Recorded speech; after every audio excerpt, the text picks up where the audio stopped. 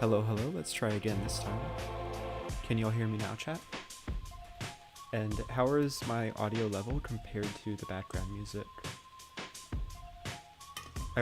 There's always one button I have to forget to press. Hello, Zachary. At least this time it wasn't the go live button like I've done in the past. Well,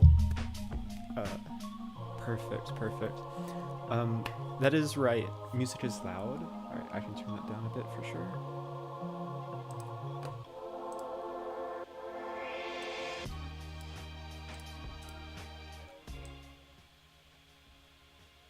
How about now? How am I compared to the music now?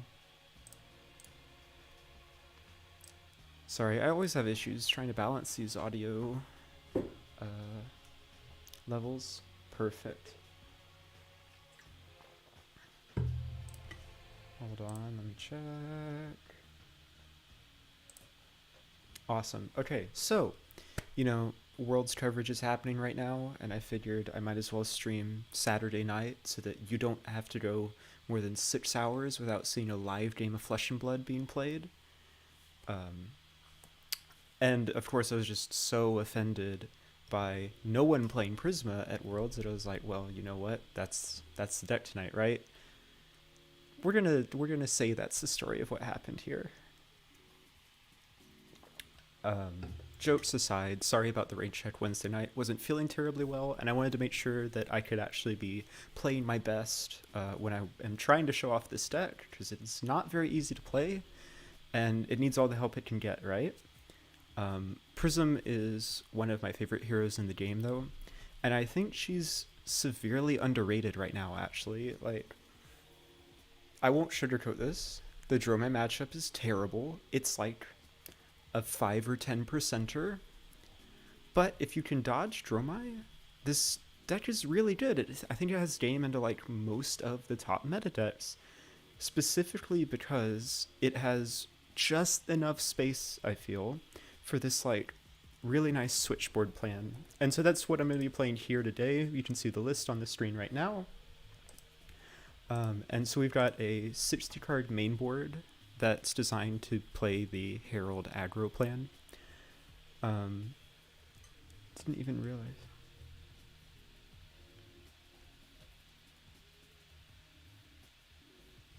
Is there someone somewhere where I post my schedules? Not really, Bluebird. I try to just make streams whenever I feel like it. I promise I'm really gonna try to get as close to weekly as possible. Hello, Celis. But there's no like formal schedule right now. I don't know, maybe I can make a floating post on YouTube that just has like the next time I plan on being streaming. Oh, interesting. Only Parable and no Ode Merciful Genesis. So, Exiled Starlight, let me explain, because what we're looking at right now is the 60 card main board. This is just when we're trying to Herald aggro, block very efficiently, attack very efficiently with breakpoints against decks that can clear Spectra very well. And really, the Spectra, because when you're playing Numenaris, you can't attack with them, they don't really contribute to that game plan unless they do something very specific.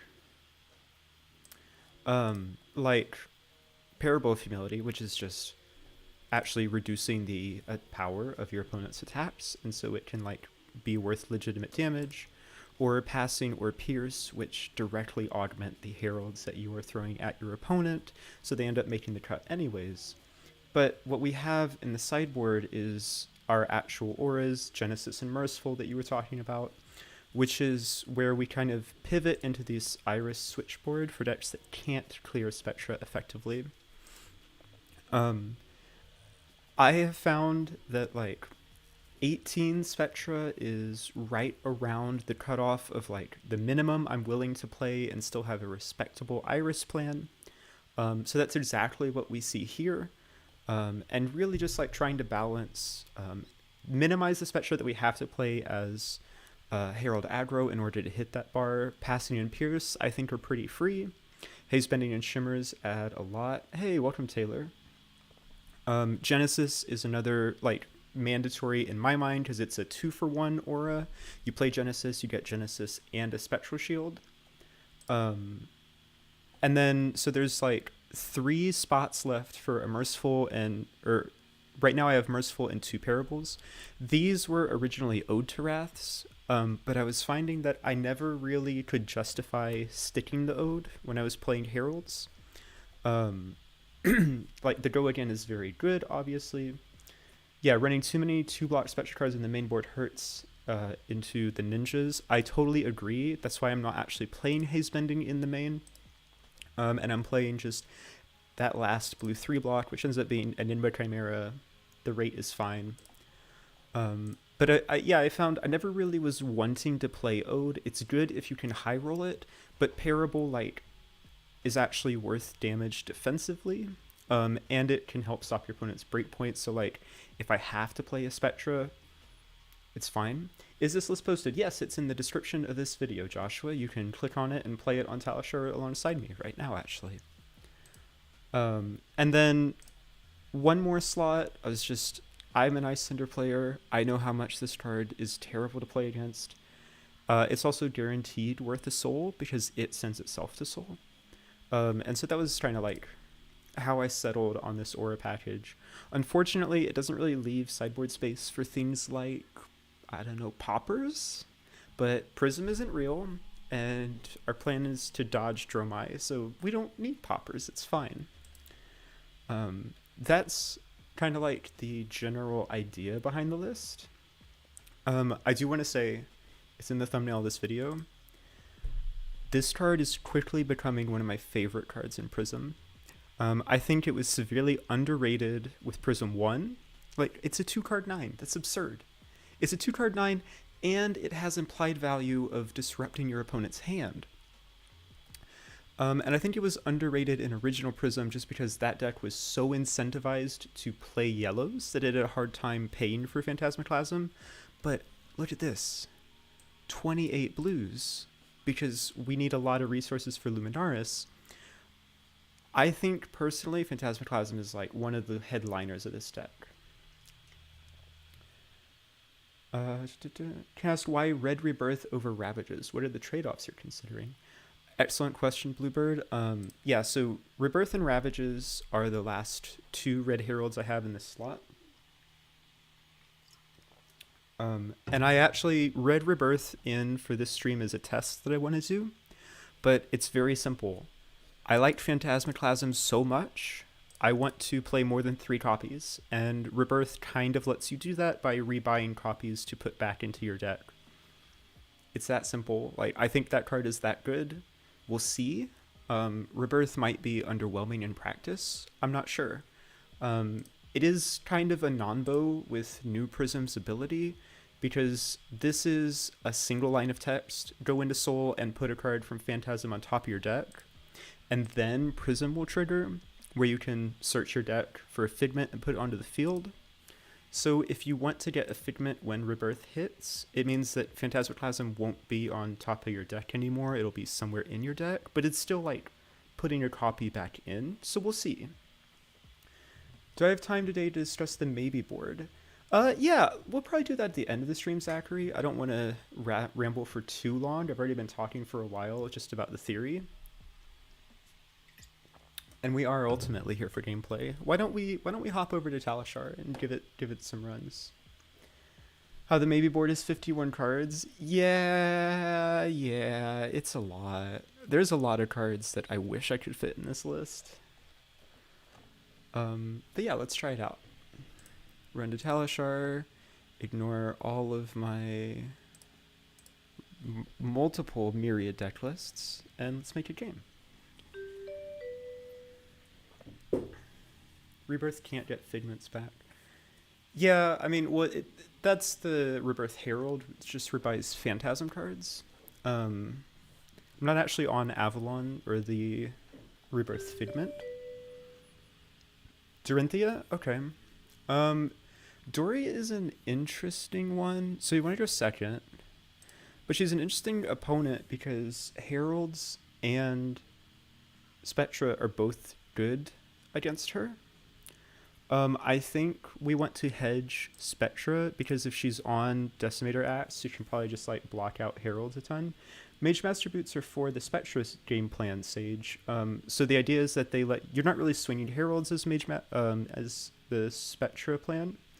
And so Mage Master Boots let you play 2 blue auras in the same turn, which lets you really get ahead on action points as the game goes on. And since we're bringing the switchboard in, we'll add our shimmers, our haze bendings, genesises, and our 1 merciful. We want to cut most of our figments because they're just not doing much.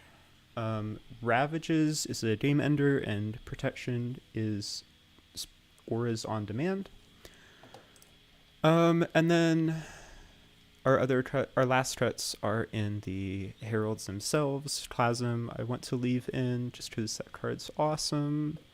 So it's like protection, red triumph. Need to cut 2 more. It might be Mirage. No, it's our rebirths. They're not very good here. Looks like a reasonable 60 card deck to me. We want to play 60 just because we want to be as blue dense and draw as many auras as possible. And this is perfect, right? We get to Arsenal Haze Bending, wait till we draw a second one, and then we're really off to the races.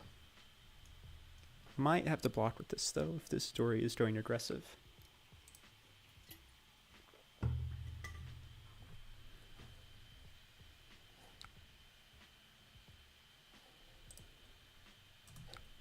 Yeah, Figment flips as reactions against story are pretty absurd. And we're just going to lay our whole hand down here because we want to draw a double aura hand next turn, hopefully.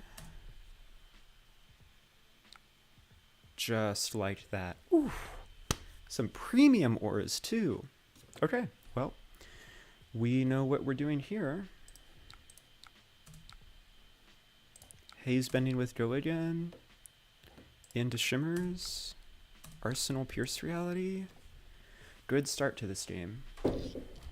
Extremely good start to this game.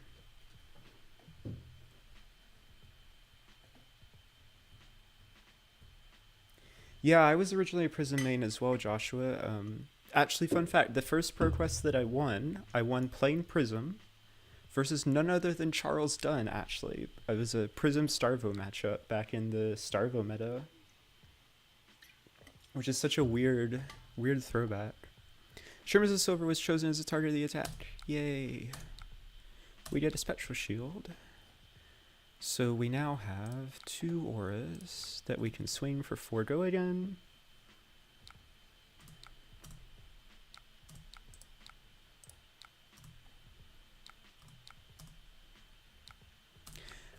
Now, I would love to get this this Soul Shield into our arsenal, but having double haze bending on the field is just simply too valuable. So we're gonna commit that. Drew another Shimmers. This is about as well as you can draw, I think, in like the first 2 turns. I guess we're missing the turn 0 Genesis, but former Prism players unite, yeah. Targeting me. Yeah, that was a crazy game, Bryce. You aren't kidding. This is a naked Dawnblade. I'm not defending.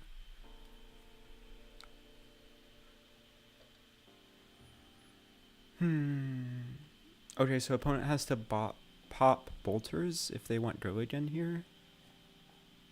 And I have 2 haze benders on the field. Sure, go ahead.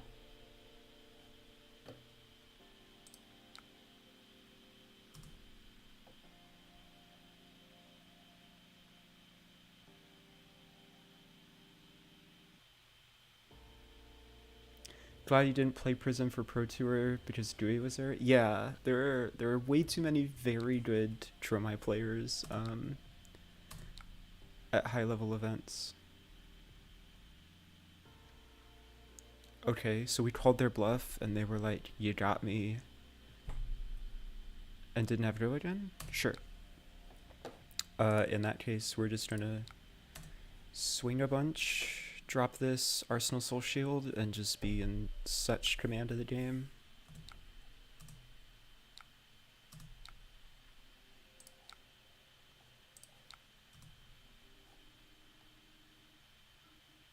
Yeah, I don't know what our opponent's plan there was, Zachary. I guess they were assuming that they would get the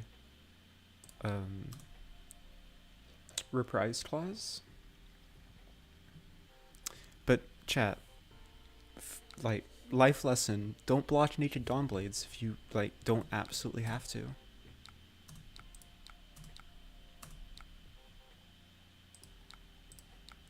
We've got a Pierce Reality.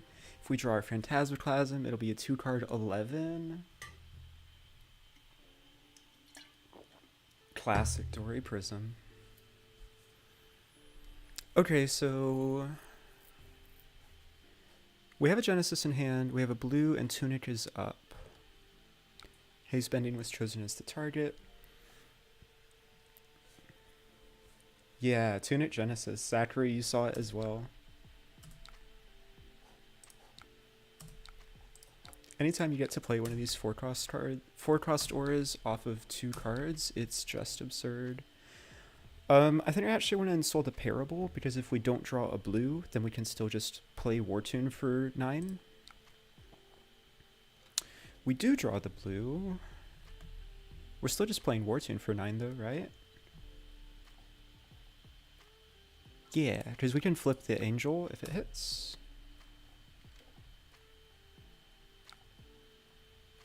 I have the Phantasm, okay.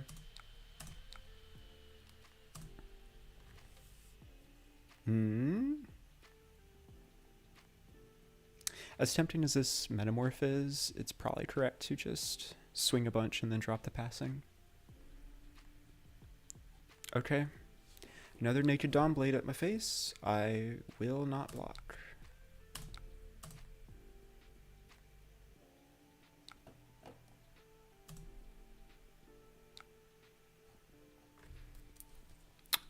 I am supposed to Soul Shield this though, right?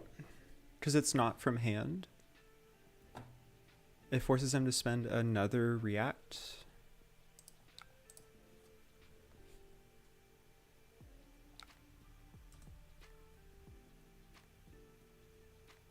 And they're also still missing Go Again. Yeah, so they just don't even get the second swing.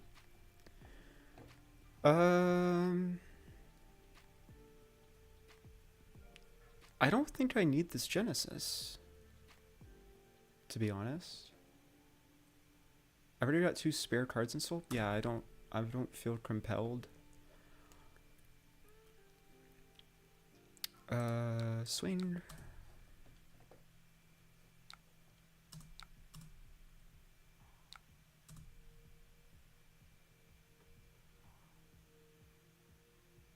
Wish Tunic was up.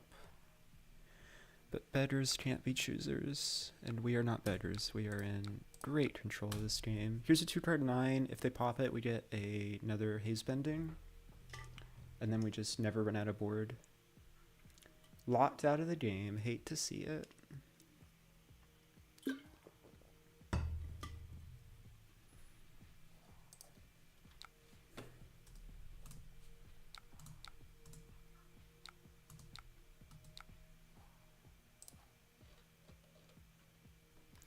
Excellent.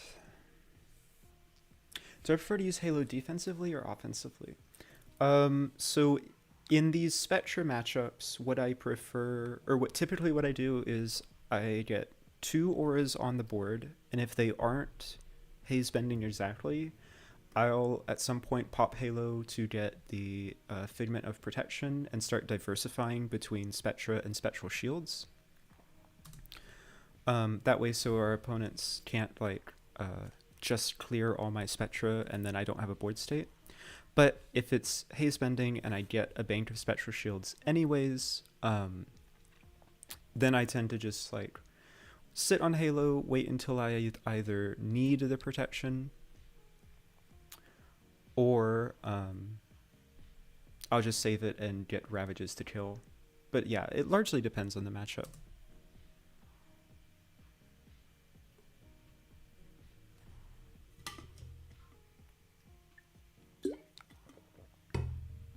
Alright, they just conceded because I didn't need to give them reprise. It makes sense, to be honest. I mean, it was not going to be a pretty game. 2 hands away from resolving my favorite card in Illusionist. Alright, well, that was fast. Shall we do another?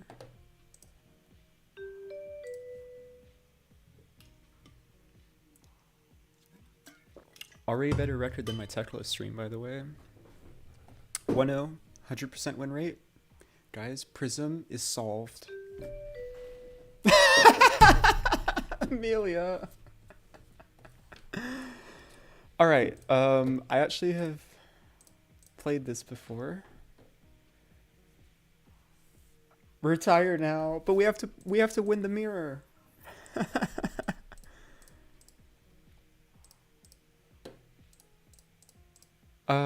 Judgment doesn't do us any good. Soul Shield good. We've trained for this, Alex.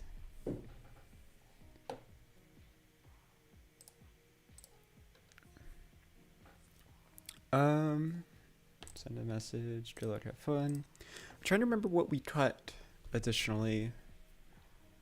I think it's just the same as last game.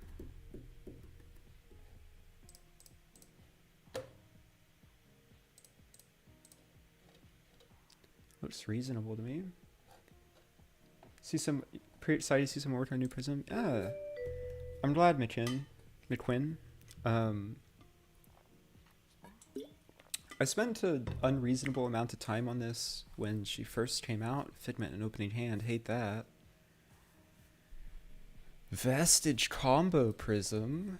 Well, we might be in trouble. But they've got Iris and no Major Master Boots. Interesting.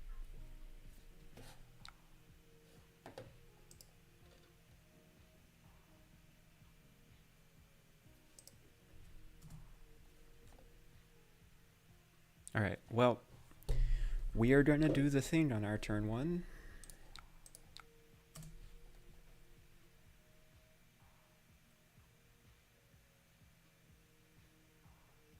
Yeah, I've heard a lot of very good things about the Vestige Prisms. I'm a bit skeptical because you need a way to turn that Soul Engine on initially, and I can't see any way to do that that isn't, like, super inefficient. Because, like, pitching 2 cards for a 4-cost aura is just so brutal. So, yeah, so the logic behind Zero Poppers is very simple. The Prism Mirror isn't real, so we don't need Poppers for that. And we're not beating Dromai anyways, so it's not worth spending the deck slots.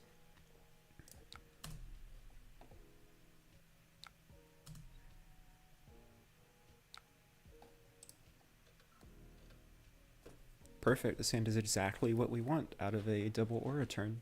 After a double aura turn.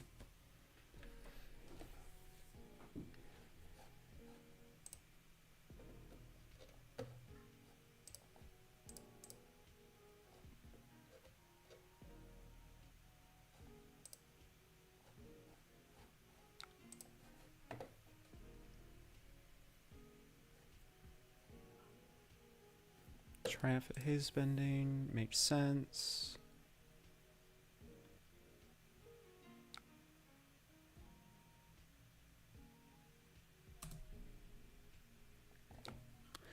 So this actually looks like a pretty reasonable... they're just gonna Figment Ravages me next turn with her Halo. Probably, but I have my wave up.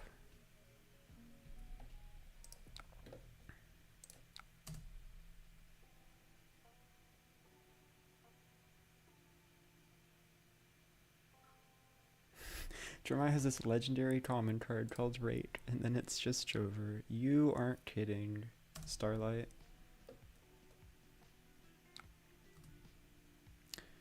So we've got to be careful to play around the opposing Prism, cracking Halo, getting Ravages, killing the attacking Spectral Shield. But because we have Wave of Reality up, we can play around that pretty safely. What? No. I'm trying to swing.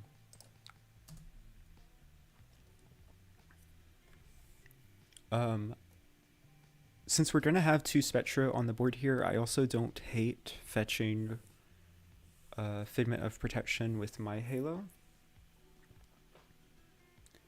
Fino was wrong. This is the best new Prism build VOD title. I've started to embrace the clickbait a little bit, Starlight, but I'm not that deep yet.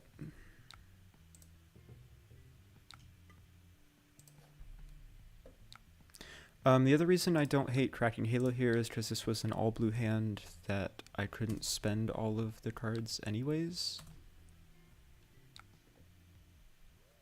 Oh, I'm an idiot.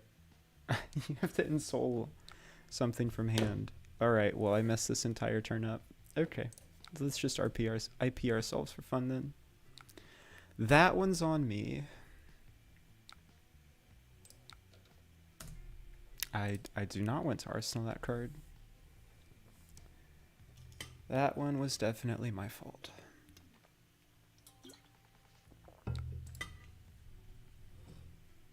Tome already?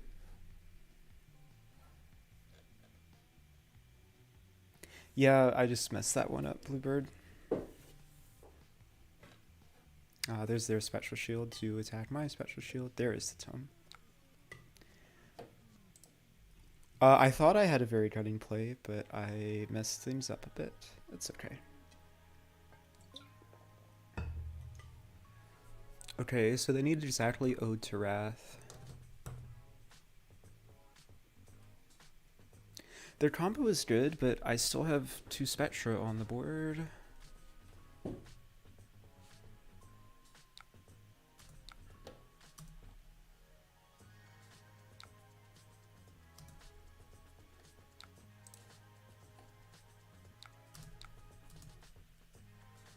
And they only get one, unless they can make another aura, they get one more attack after this, which is like, okay. Found a Genesis, that's pretty nice. That's a must kill. Hello from Ohio, Kevin.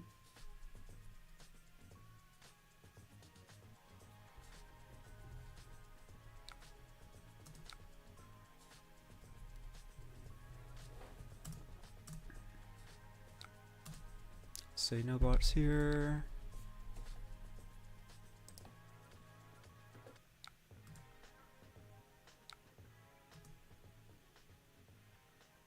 And then is it a herald at me? It's their own passing mirage. Interesting.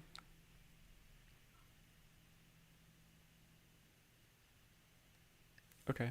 Well, I have no poppers, so that passing is just a aura I will have to take out at some point.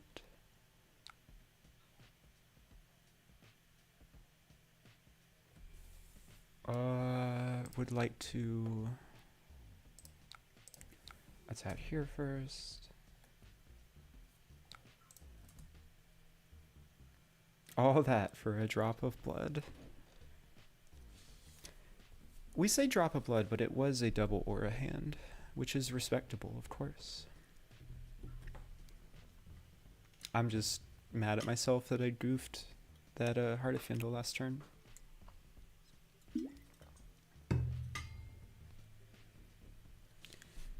Pierce Reality with a +1 power counter on it, though, is pretty threatening.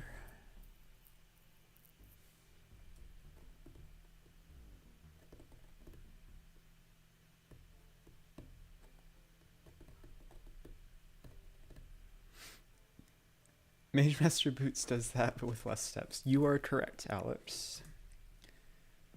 You are quite correct.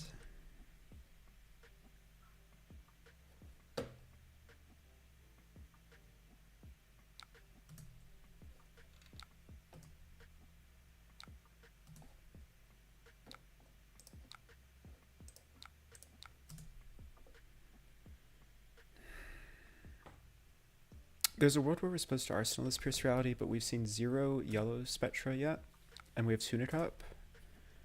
So if we need to have one for next turn, we can always just drop it that way, and then I'm not letting this Genesis stay alive.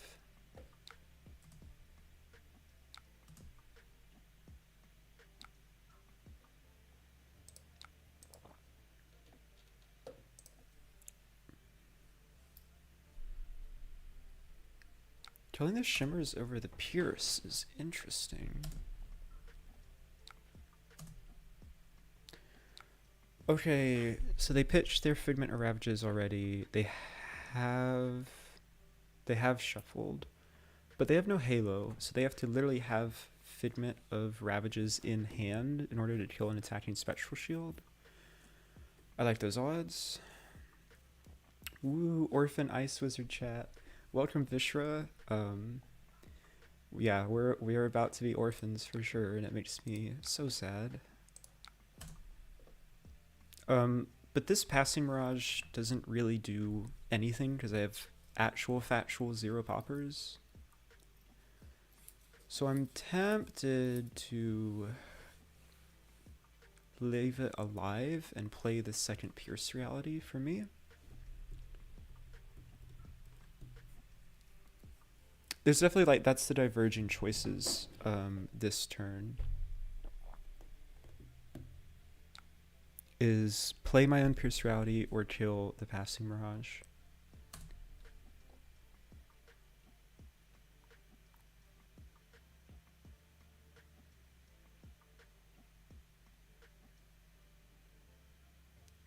Pulling for maximum chaos, dash wins tomorrow and sitting at 998, then 2 heroes that can LL on literally a 2-day notice.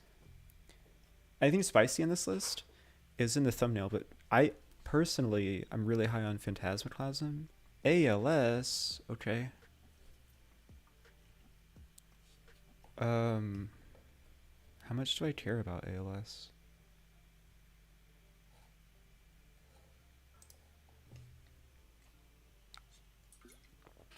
So I guess like Clasm is my spicy card.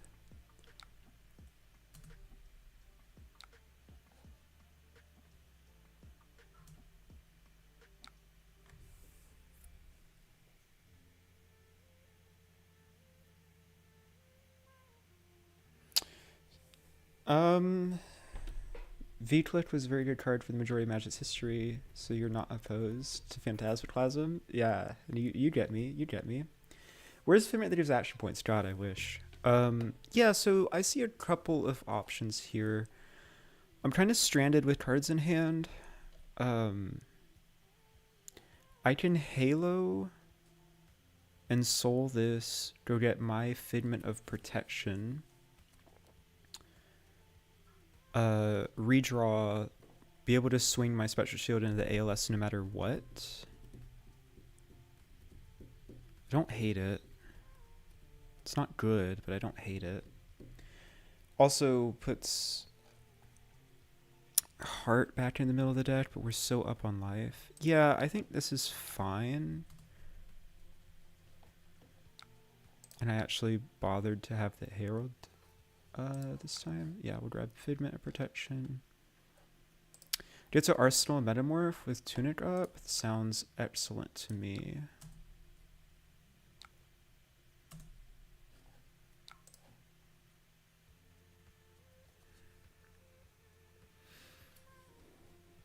Or are we flipping? Probably flipping, right? Yeah, we are.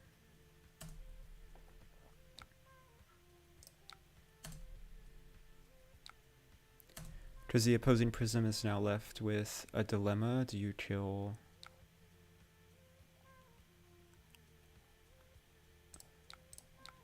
Aegis and leave me with Spectra, or do you leave Spectra and let me have Aegis? The answer is kill Spectra, right? But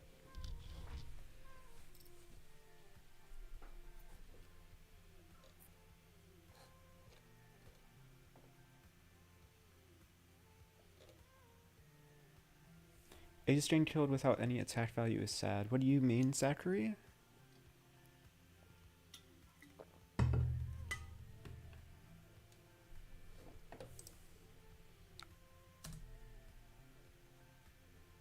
Some Aegis on Aegis action. Yep. It's fine. I still gained functional for life. Ah, the spare soul. That's pretty nice.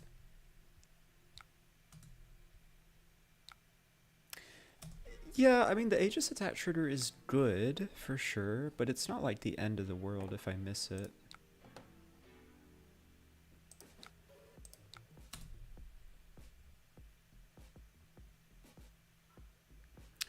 This is going to be a two aura attack into a Miraging Metamorph. Arsenal Phantasmaclasm. Because their Aegis now also is dead. Do you react? Nope.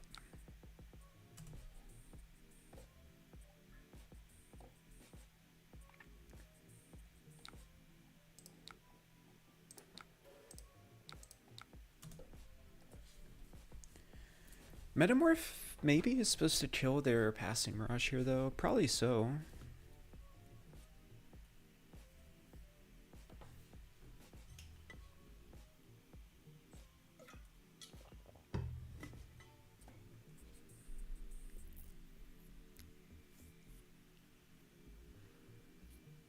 It's just unlikely that they get to hold their Spectral Shield as well.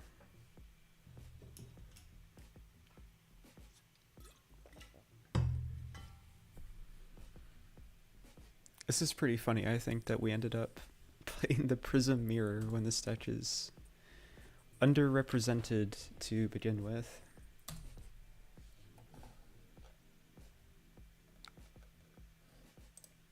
A Soul Shield on a Spectral Shield. I'm pretty happy with that exchange. It does mean that this Metamorph is going face, because I don't want my opponent to have Spectral Shields lying about from turn to turn. Oh yeah, we have a Pierce out as well. I forgot that part. You think Prism's appropriately represented? I don't. I think she's massively underrepresented. I really do.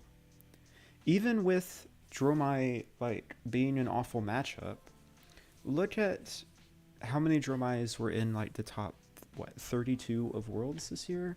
It was Aaron Chance and Marferis and a handful of other players, right? But like, if you can dodge for the first few rounds, I think you have a great targeted medical shot deck here, legitimately. If Metamorph is worth half their life, it's always going face. That is a good point, Esper.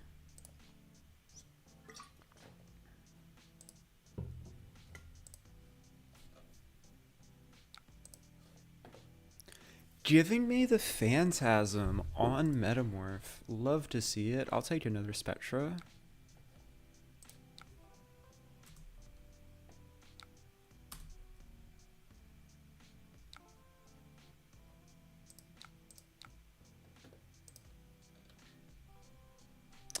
Pesky Figment of Ravages keeps popping up.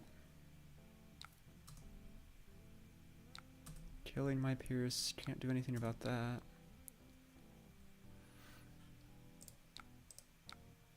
We get to do this sick nasty play though.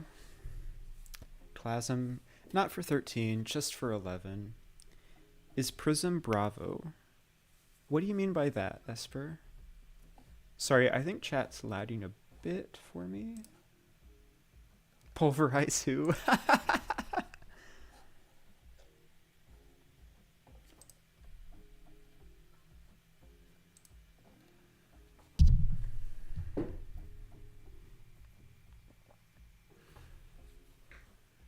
I do like the part where we have lost exactly 2 life this game. That's pretty wild.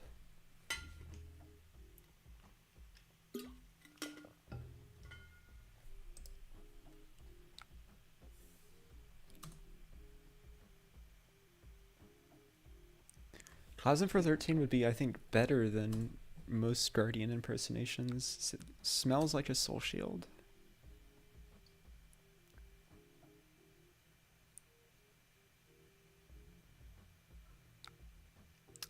Oh, a Merciful Retribution. Interesting. Okay, well, probably should have held that until I swung with my Spectral Shield.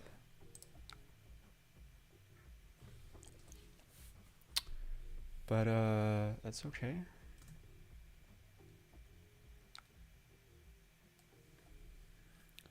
Opponent is at 16. They're out of Spectrals, right? There's nothing... I don't have to actually respect this Merciful Retribution. So I get to go 4 into 11.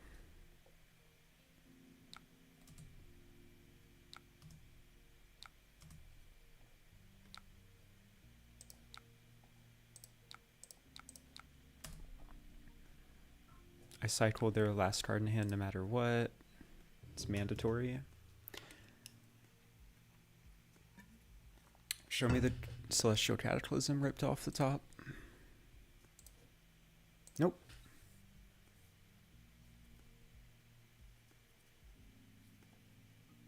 Oh, that's right, Zachary. I forgot those rules changed. It's... Usually I feel pretty... like I understand Fab rules very well. Illusion just makes even my head hurt sometimes. No Phantom Tidemaw at all, even in the maybe pile. Nah, I think that card's... I'm just not sold on it, Vishra. It's got Phantasm and Ward. It just never lives. Oh, baby. Double Aura Hand. Nope, that's not what I'm trying to do. Trying to attack.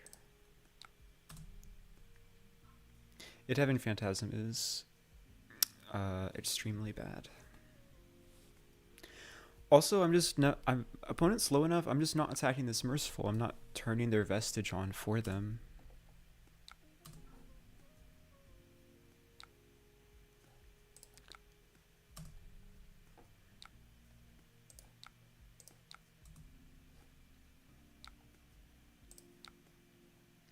Just gonna keep committing multiple auras to the board and swinging. It's what Iris does. Instant and 0 cost is broken, and it's a blue. Yeah, it's an awesome blue Sigil of Solace, Vishra. Blue Sigil of Solace. One of the worst cards in the game. Seriously though, sit down and compare Blue Sigil and Phantom Tidemaw together, and they look really similar.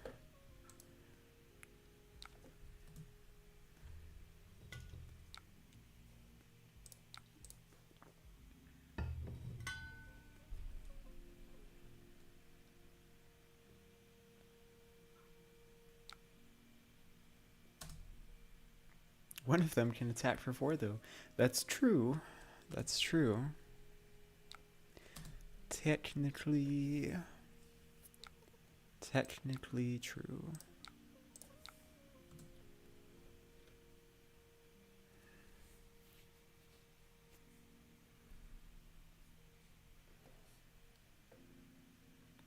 But yeah, opponents just been on the back foot this whole game. If they can worm their way out of this, I would be very impressed.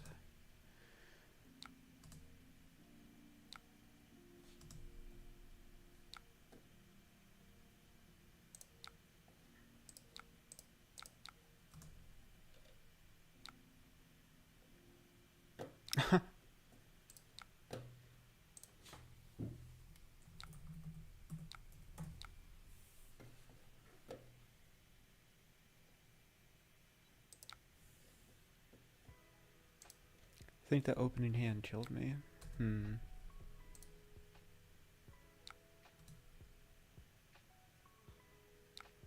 Not sure what exactly the opening hand was, but definitely us starting with double Spectra was quite broken. Also, 18 is feeling pretty fine. I was kind of concerned that wasn't going to be enough, but seems like it's doing okay. Wanted to bluff in case of turn 0 aura, but it was probably better just to play out a Figment. Yeah. Figments turn 0 are surprisingly fine. You just have to find the soul to flip them later.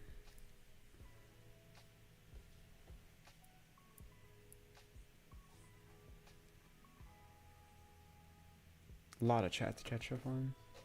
That was very rad. Mage Master Boot seems awesome. Yeah, so shout out actually to Alex Becker in the chat. Back when OG Prism was a thing, this maniac was top 8ing ProQuests with Iris Prism playing Mage Master Boots. Because he's just that much of an ingenious hipster. Second. So, DO's complicated. they make a lot of free action points, which means Spectra's really bad. So I think we just have to like play Fury and get lucky. In which case we want to go second because we want to set tempo. Can't find a way to play LCF? Well, let's try right now.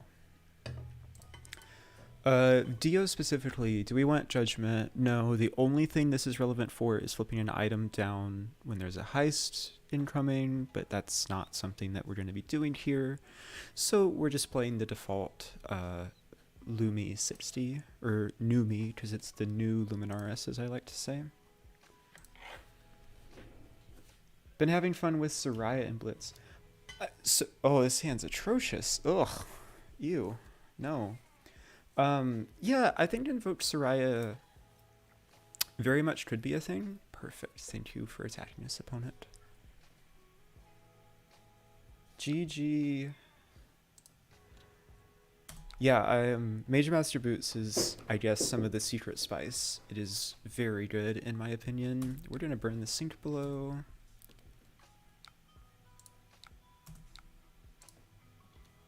Much better. Oh, they didn't boost. They're just passing? Sure.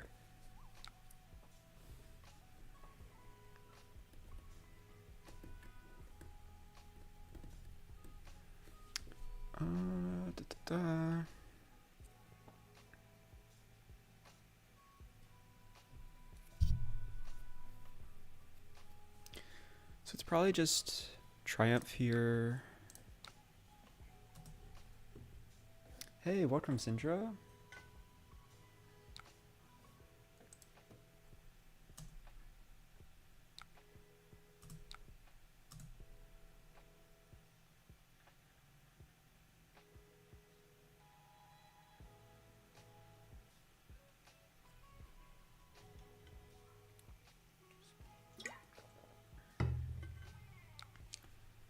Opponent is playing core off the top. Oh, they have a no block hand. Well, we are a resource short of getting to really punish this, which is a shame.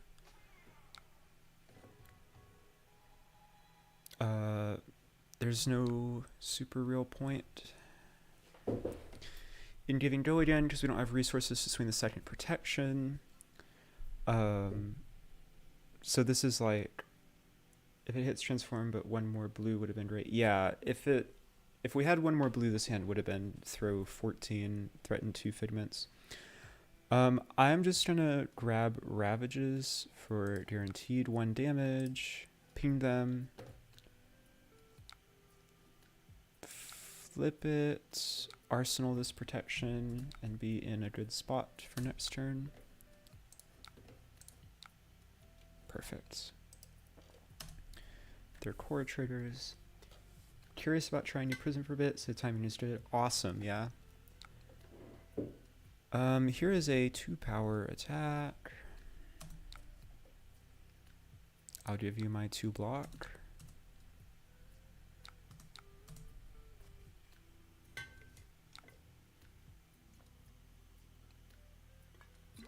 Figment protection is how much? That's scary. Yeah, I'll just let Sekra meet this.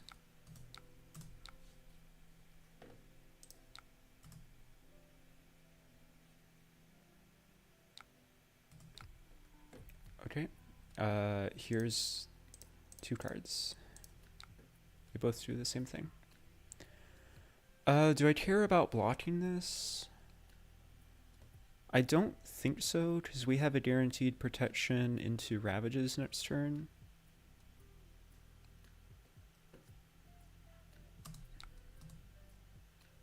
If they boom off the top, it's whatever.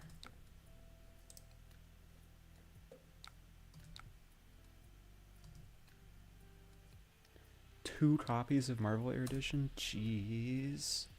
Maximum velocity? That's really gross.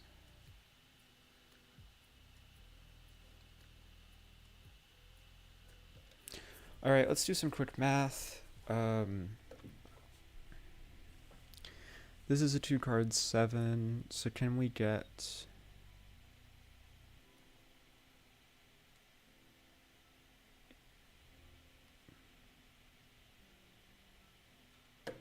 I don't know, does blocking 6 here do anything versus just racing him down? And I think the answer is not particularly.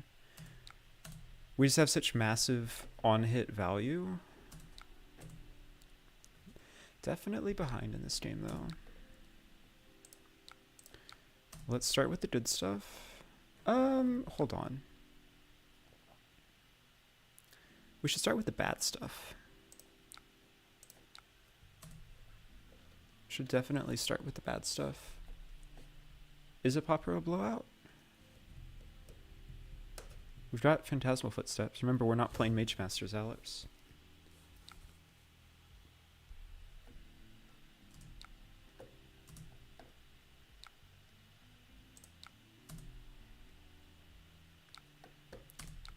Give it go again. Go grab Erudition, because we won't have any cards left over this turn. Send the other Herald. All of the marvels are just gorgeous on the art, Vishra. It's ridiculous.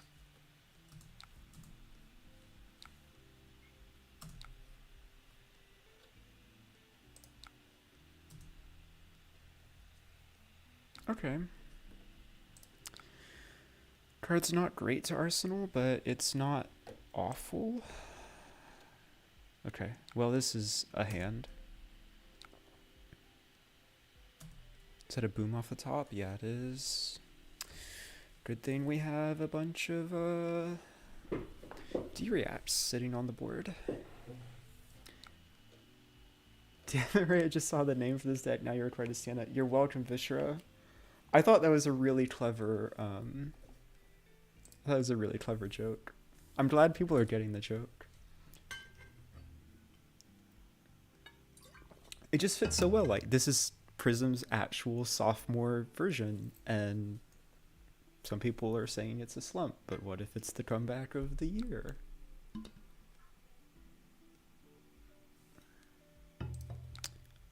So we can give...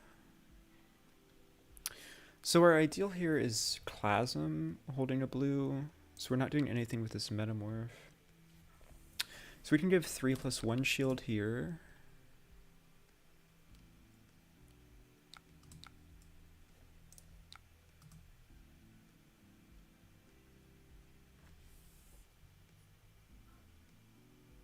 Outpace once again is 3 plus a shield.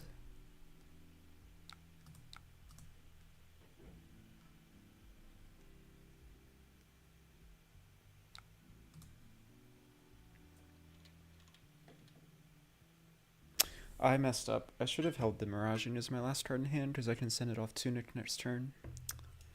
That is my mistake.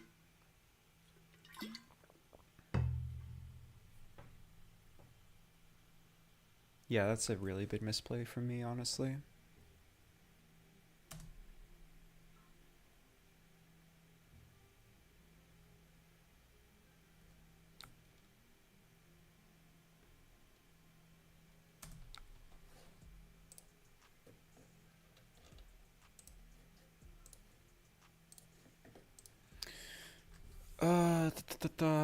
Because we can't do anything.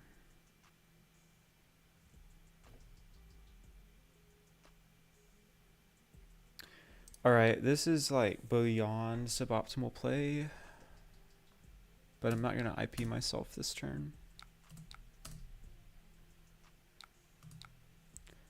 But yeah, I definitely should have just held the Miraging Metamorph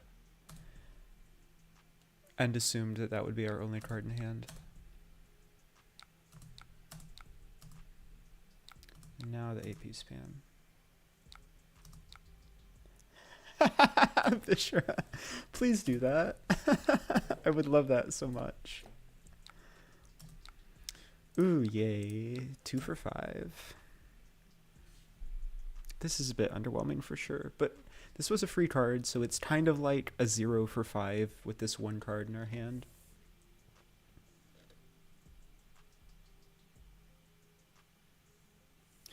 But since you're talking about the eventual list, friendly reminder, anyone in chat, if you want to try this deck out, the February list is linked below in the description.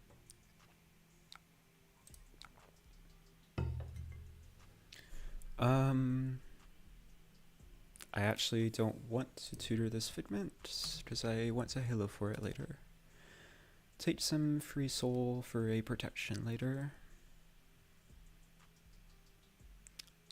Looks like a defensive hand if I've ever seen one. Chat told you 2 for 5 was bad, but what if half of the 2 for 5 was free, so it was like a 0 for 5?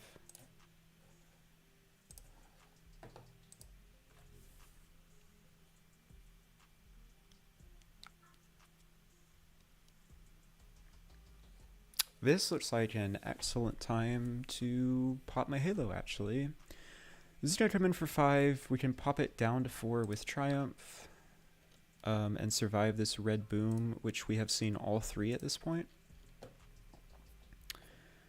Okay, so Rebirth actually is the weakest card in this hand. Ensoul this, get a Triumph.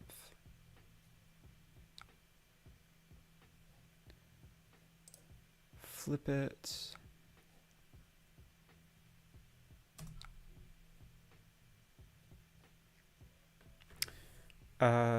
Right? This is the weakest of our 4. Nah, this is pretty good, honestly. It's probably Erudition. We're just never holding enough cards for the rest of the game to take advantage of that 4 power or draw card effect, sorry. Sparking for a protocol, maybe? I wonder if we can just fatigue the stash at this point.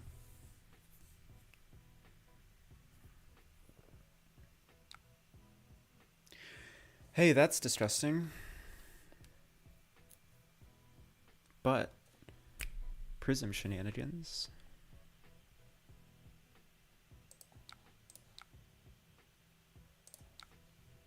Nope. Nope. Nope. Ah, right. It's not 3+1, it's 2 and 2. Okay, so it's going to be block 4 Arsenal Pass on our turn. This game's not doing very well. That early max fee was brutal.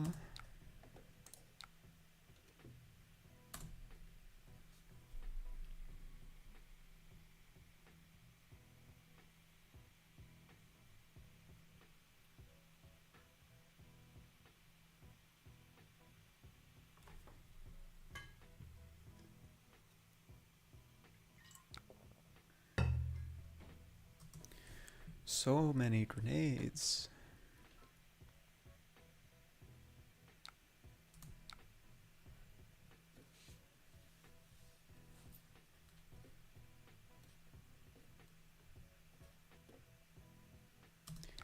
Looks like another no block flip to me.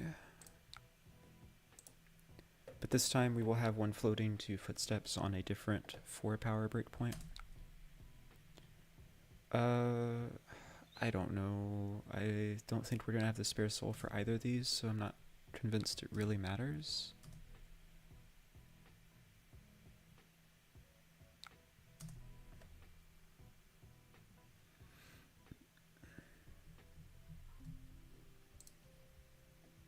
We do have a pretty premium target to get off this Rebirth if we can find some breathing room. Was that off the top? Yes.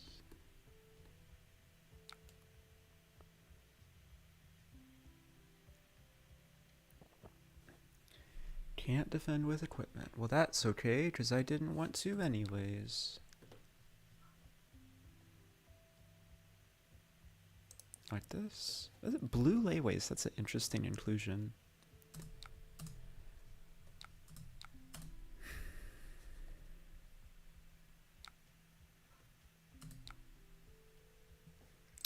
There's too many premium items in Banished, so I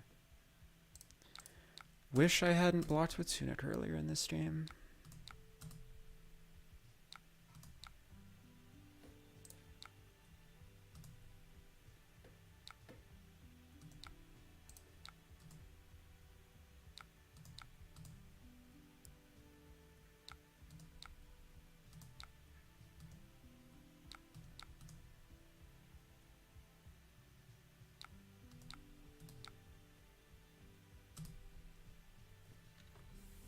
We also have 2 parables of humility that are just going to kill us when we draw them at some point.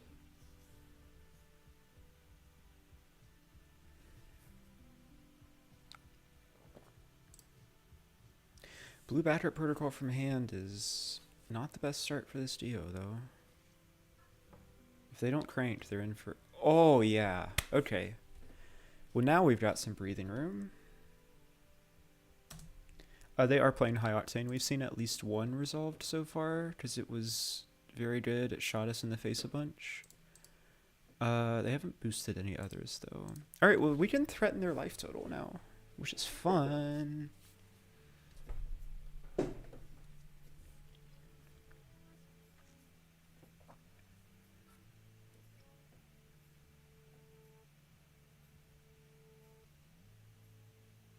They did end the turn with 3 cards in hand. They just played a protocol and passed. So I think they're setting up a max fee, which means we need to take cards out of their hand, like right now. I have 2 cards in Soul, so I actually can flip Triumph, swing it, and trigger Victoria, which is probably what I'm supposed to be doing here. They've got the pop. Ooh, excuse me. That's okay, we'll pay into footsteps. Yes.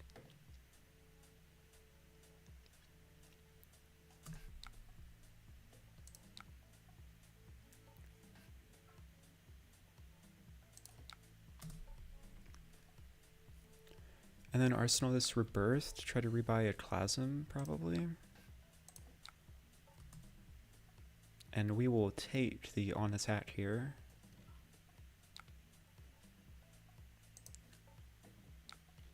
So their attacks are at -1 on the next turn cycle. Hopefully that's enough to get us by. It's not looking good though. Got a Clasm in hand, so we can pretty comfortably block with 3 cards. They're very good at finding items off the top.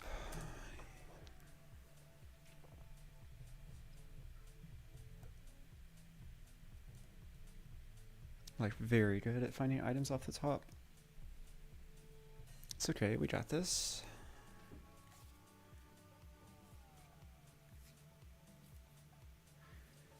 Down to 1 action point. Symbiosis shot is a real concern when we're this low on life. This is for 2, which is really funny. I will set this Herald of Protection down in front. Vestige of Stone, been having a lot of fun with it. Thoughts on that? I think so when you get the tome combo running, Paulo, it's very good. But without Tunic, I'm concerned about how easy it is to actually... Oh, we're going to try to protect Victoria here if we can, by the way, because we have another card in Soul. I'm concerned how easy it is to get that start of your Soul train rolling. Tunic is just so consistent. Could have swung Victoria first to trigger and then end with Warlock Tune to not get popped. Interesting, Alex. I was wanting to be greedy and double Herald. But you're probably correct. Banished Tome, no go again, but I have to show both cards and they take my Herald. My War Tune, I mean. Yeah, that's unfortunate. Let's see if they know what's correct to do here.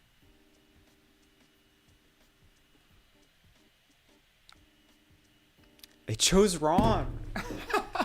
Come on, Talishar. Just like objectively the wrong choice. Leave me with 1 resource in hand.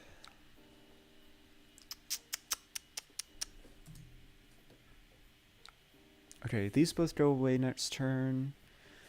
So do we Victoria again, or do we send a Rebirth?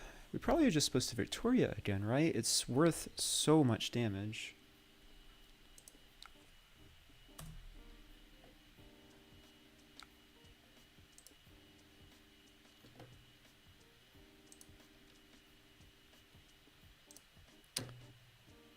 Did we have a card in Soul? I'm confused. I thought we were out. Is that bugged? Is it not actually banishing?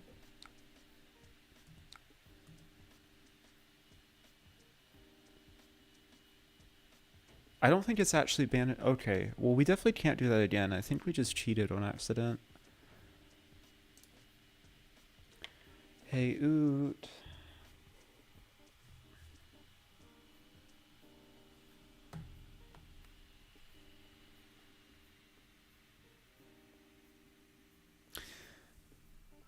I don't think it's... Well, yeah, it's probably a pretty big deal.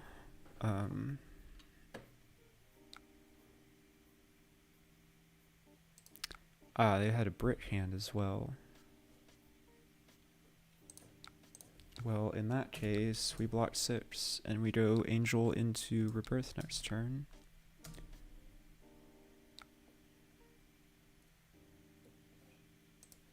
Okay.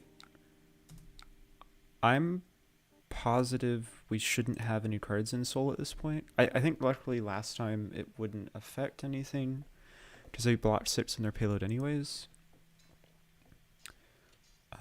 But I'm not going to use Victoria's ability anymore, because I don't think we should be able to.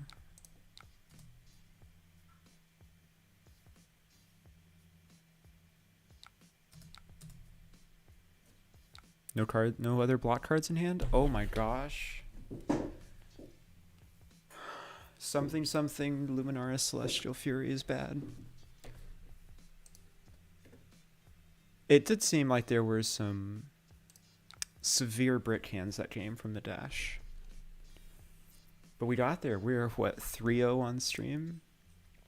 Well, I also thought I was dead for sure, Zachary. Well, I am going to be right back. I'm going to refill my water bottle because I've been drinking it way too fast. And I will be back in just a few minutes, chat. I'm having a lot of fun. We're definitely going to keep this rolling. See you soon.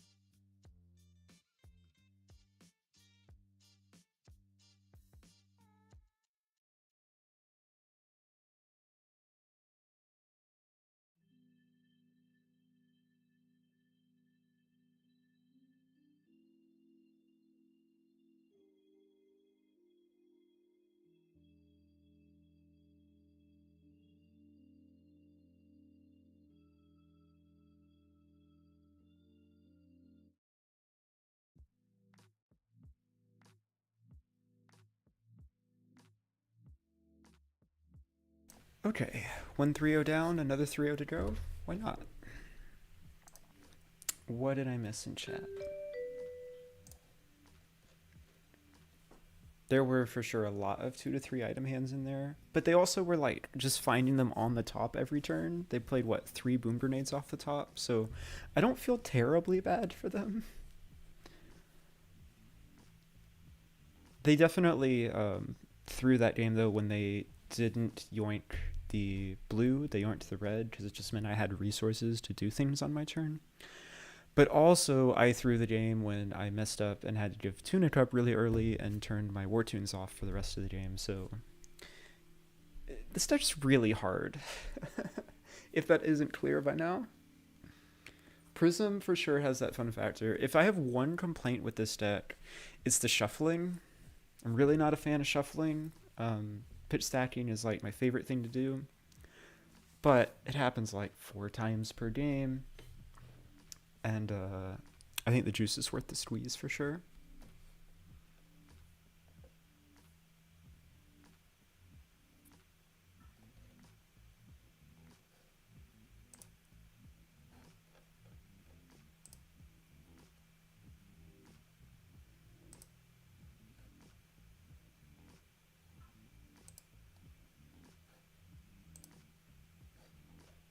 Prism better than Teklo confirmed? Yes, Joshua. It was pretty fun to play so far. Do you think you need a Heart of Fyendal if you want to play it in paper?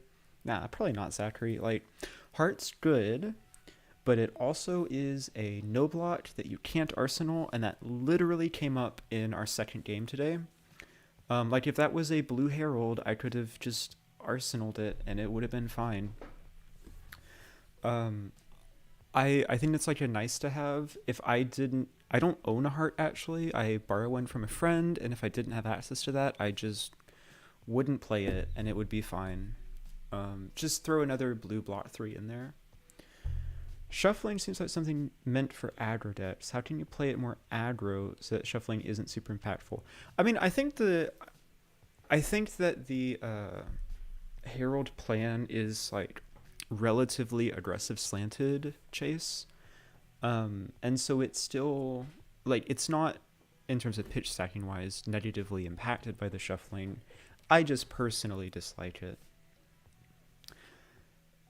Fine, you're going to make that what to replace heart with an Iyslander video just in time for everyone to start asking about it in Prism.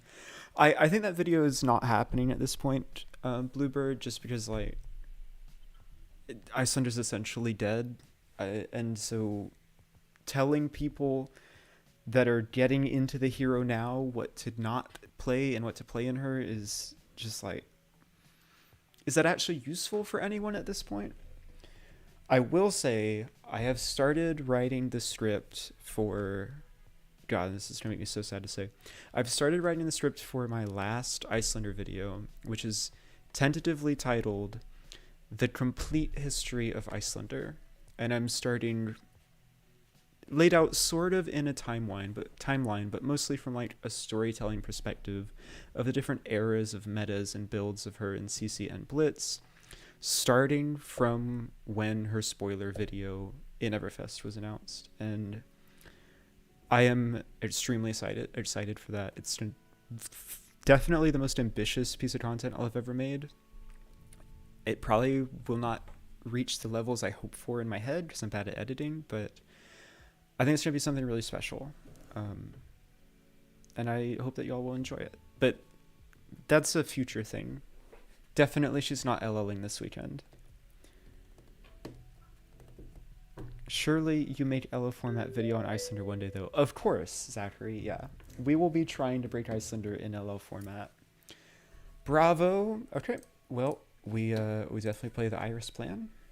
Editing is incredibly hard, Chase. It's kind of fun, kind of. Hello. Good luck, have fun. But I think it's very rewarding. Which US Dash player is winning? Oh, it's Easton Douglas. It's your boy. It's Team Ascent all the way. I'm not wearing my jersey right now, but yeah, of course I'm rooting for Team Ascent. Yeah, I'm guessing you'll say Easton naturally. And then we got our dorky red heralds. Against Bravo specifically, I think that Triumph ends up being better than Klasm. If we have to play either of them, Triumph at least deserves a real popper and not Sand sucks. Straight up does nothing. Block 12, move on to the next one.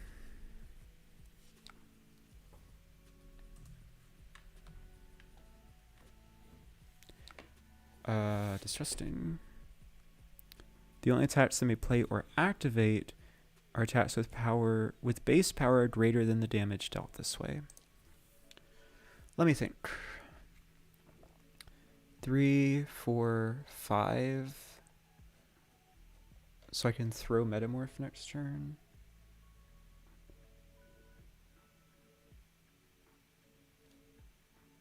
Yeah, I can throw a Metamorph next turn. This is fine.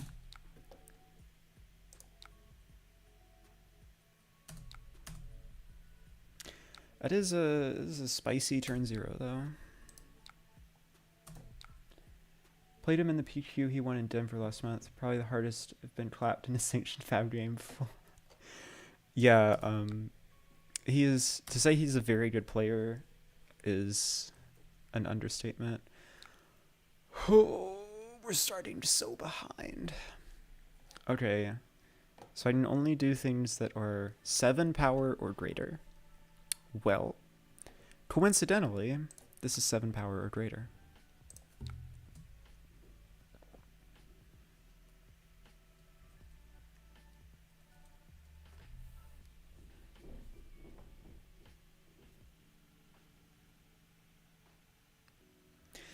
No Spectras, really scary.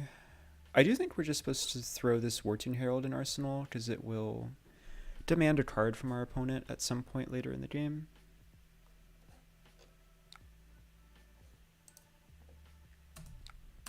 Bravo had a bad hand.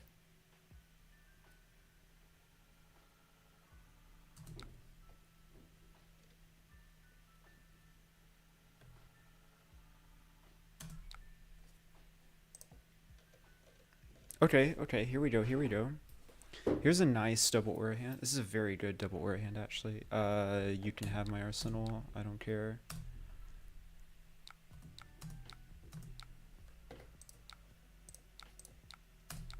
Oh, I'm silly. I should have done this when I had a Spectral Shield out. That's my bad. I got too excited, chat. I saw the double aura hand. And I forgot there's no incentive to pitch blues on our turn like there used to be with yellows and original prisms.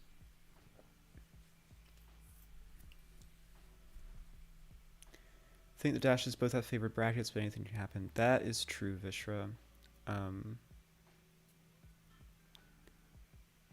Easton's tank dash, oh my god. Haze Bending was chosen as the target. Shoot you with Merciful. We are gonna get away with murder after that awful start to the game. Herald with passing, kinda tempting. Yeah, we're gonna Arsenal this Triumph. But it is not our primary game plan this turn.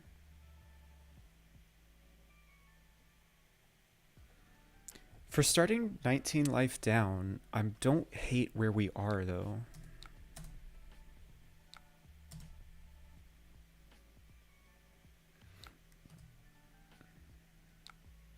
Also, Civic Steps is so good in this matchup.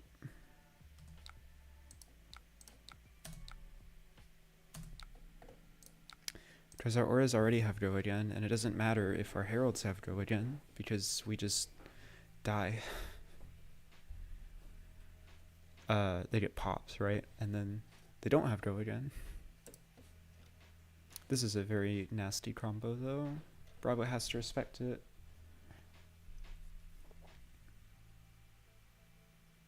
Yeah, killing Parable so that they can't be blown out by poppers makes sense. We're just getting so much value from this Merciful. And then we get to drop a Haze Bending and a Pierce in the same turn on this turn. Good stuff. Nope, that's not what I'm trying to do. Quicking on Metamorph though. Ooh, you're speaking my language, Alex. Haze Bending with go again. Gain a life from Heart of Fyendal.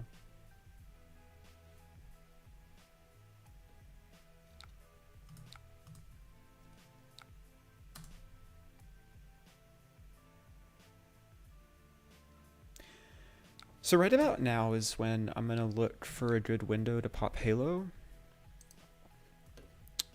Especially because I have a spare card in Souls, so an Aegis swing making 2 shields is just like absurd.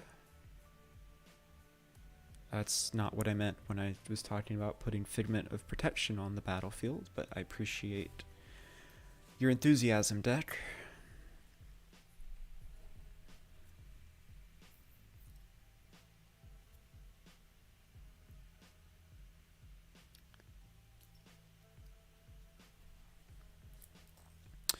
Yeah, I mean, Easton definitely has the tools to play against Iyslander, but I don't know. We've all seen the finals.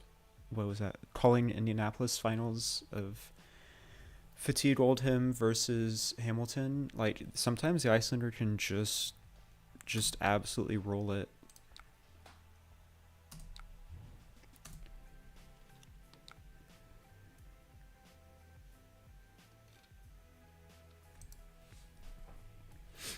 Okay, I don't. Yeah, so Genesis is gonna go in Arsenal, which means it's just swing.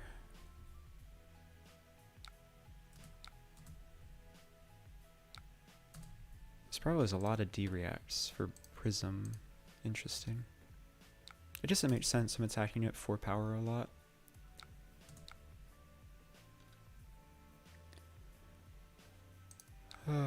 And then we really sadly overpitch for this Herald of Triumph. They pop it.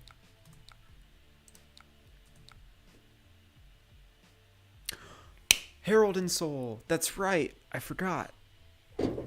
Sick. Do we want... I've completely... That's interaction slipped my mind. Do we want Ravages here? We do, just because we don't want to draw it, right?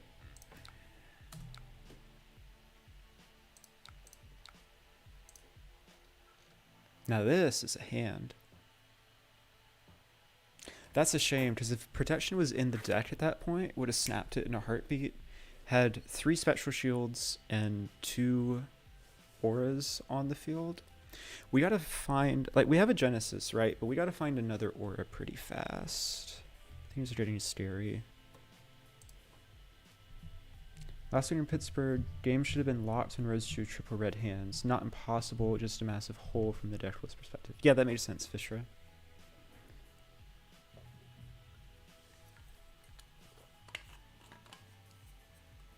This Bravo is playing very disciplined, at least. Just killing all the Spectra. I'll have to be careful or else I'll get fatigued in terms of running out of them. They're doing it me with the Sinothos. Interesting.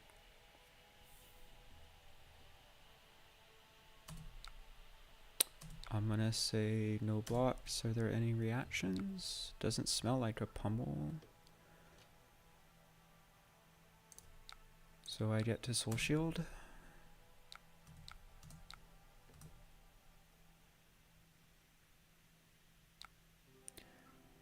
So the Tunic we're going to save to Genesis on Bravo's turn so that we guarantee get the Genesis trigger. So it's actually just swing 2 auras this turn, which is like, oh no, a 2-card 8, it's so bad. Wink, wink.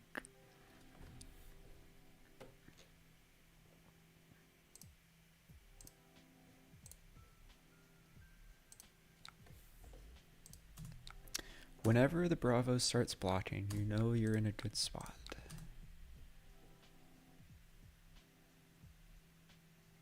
Hey, welcome Space Moose. I'm glad you like Prism, I really do too. Hold the Figment and 2 Soul, and as long as you have 2 blues at the end of the game, you have your win con. Yeah, exactly, Alex. Like, this Ravages is just a death sentence. It means Bravo is 30 health, not 32. I wish this was a 0-cost Spectra. It is not. Whew. Oh, what a hand. What a hand. This is good stuff.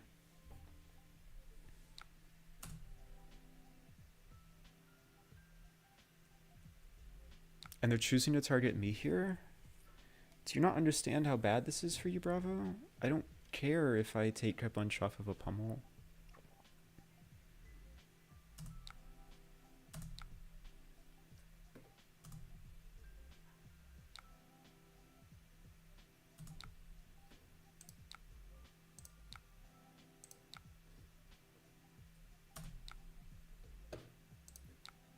Tunic.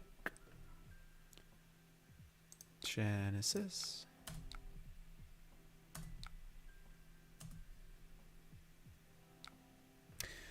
And now's the real question. Are we putting Wartune Herald in Soul or Genesis in Soul? And I think the answer is it's just Wartune.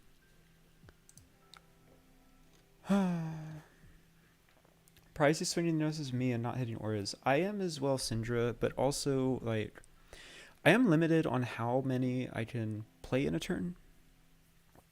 Or how many I can swing in a turn. Not...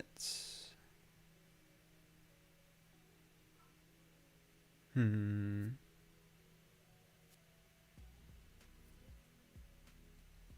I just play the next Genesis? Think double Genesis is the play here. Haze bending is so good though, it just means I'm gonna have spectral shields for forever.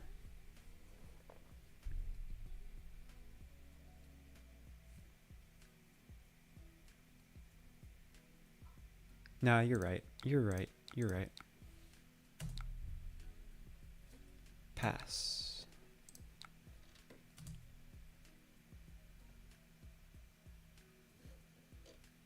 Aura swing plus Awaken Angel in swing.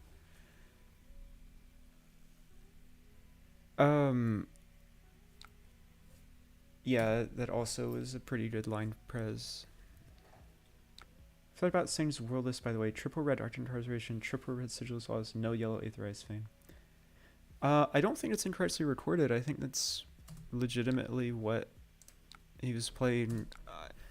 Incarceration is interesting. I can see a world where it's fine.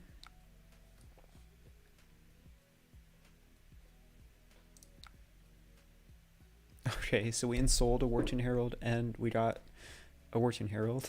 That's pretty funny.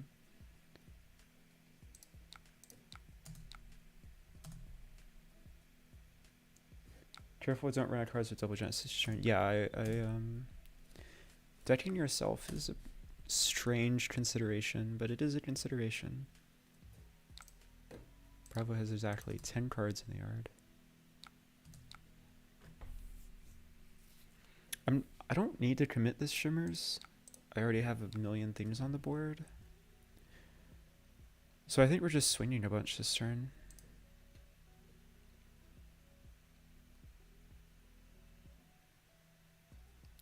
Like, there's only so many turns that Bravo can eat 12 at the face and survive.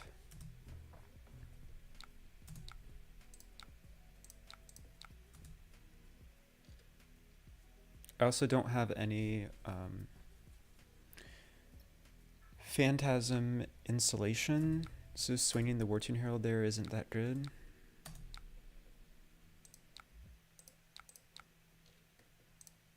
Hey, Phantasm Insulation. Do I have Aegis in Touch still? Yes. My my Figment of Protection is on the bottom of my deck. Wartune, pop, getting Aegis 26. That is true. But we're going to drop yet another kill on sight. This Merciful has gotten us an absurd amount of damage, by the way, because we just always have something better for the Bravo to kill than it. I don't know. I'm not super concerned about fetching Aegis because I have Halo on the board. I'm going to drop this passing.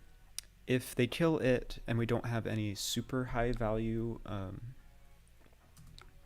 Spectra to drop next turn, that's probably when we start looking at like, oh, this is a good Aegis turn. Because we have so much soul now that like, it's a real consideration to choose between intentionally killing Aegis on one turn versus continuing to mow down Spectra, right? All the Bravo players have been traumatized by OG Prism and know the threat of the auras. Yeah, for real. And it's interesting because like, I think you can get aura fatigued in New Prism more so than you used to be able to in the original. Just because you can't swing out your board, your full board every turn, which means that, you know, your damage cap isn't as high. And so if the Bravos are really patient and you don't very intentionally have a ton of double aura hands, Shimmers where you have to drop. We also aren't full blue. How expensive is the new Prism? This deck is $700 on TCG Player Low, but a lot of that is wrapped up in like Tunic and things like that. $700 US at least, I'll say. Looks like a reasonable soul shield to me. Protects 2 spectral shields. Oh yeah, it's mostly heart. So the deck's like $200 and then Heart of Fyendal. Kill Passing Mirage, makes sense. Ping you with Arcane from Merciful.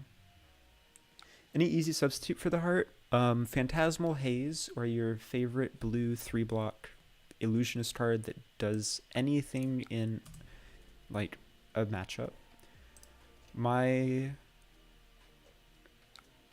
This would be my choice because it's like not embarrassing to play against Guardians and it's a blue block 3 otherwise. But really it's just whatever blue block 3 you can find lying around.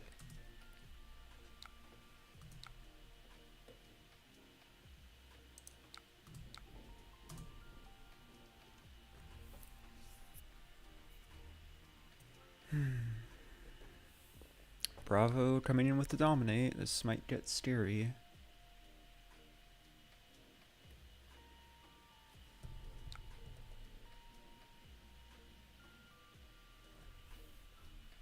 Tide Moss still bugged on Tally, I think they fixed it, Prez, but I'm not sure.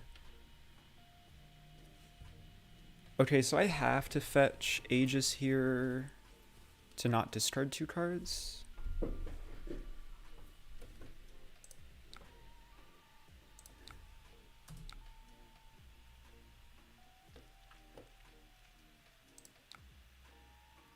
Or we draw Sync.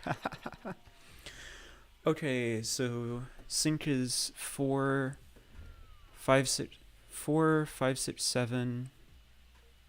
Wait, 3, 4, 5, 6. I still get crushed that way, so I have to pop Aegis and spend her on... That's so sad. That's really sad, actually.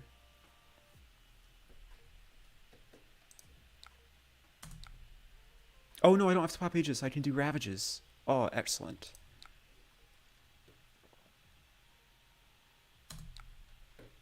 So 4, 5, 6, 7, 8, 9, 10. I take 1 from this Crippling Crush.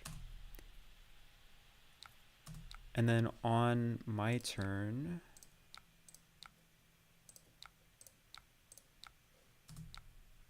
I get to swing... Awaken and swing Aegis, and Arsenal is synced below. Seems good.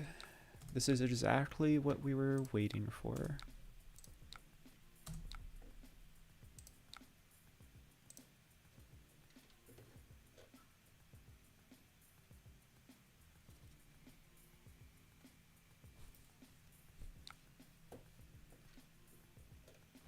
What do we do when Vincent becomes meta to counter Prism? Lose, right?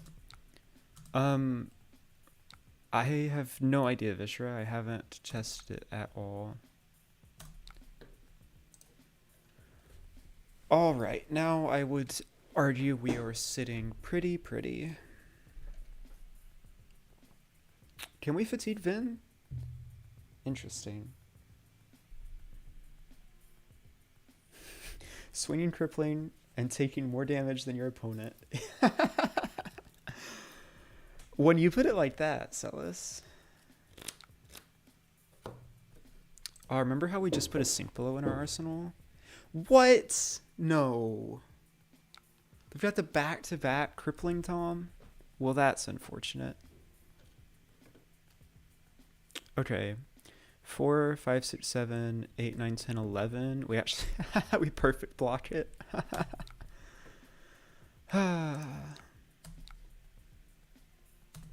This poor Bravo. We also get to keep our shields as well, which is absurd.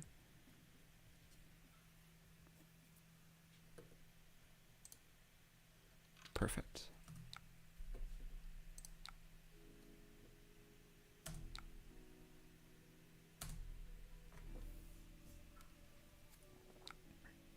And now they're screwed because we have a Shimmers on the board. Don't play into her hero ability. Correct. Yeah. You just assume you're not getting value off of your ward state, and you take solace in the fact that if you mate her block with poppers, her turns get really, really bad really fast. And otherwise you just block a lot until you have windows to do things. So what's our worst aura? Pierce reality? Yeah. We're not gaining life off a Heart of Handle anymore.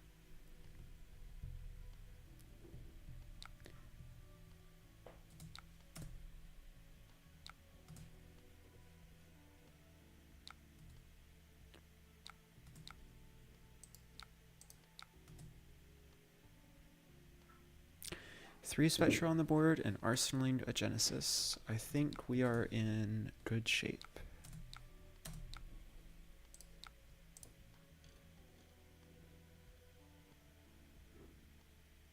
Merciful's finally dying? Or is he killing Shimmers? This Bravo needs to kill Merciful. He's taken so much damage from it. It's absurd.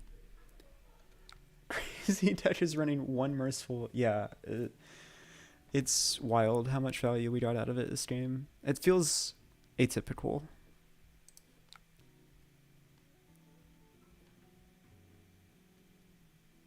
Atypical to say the least.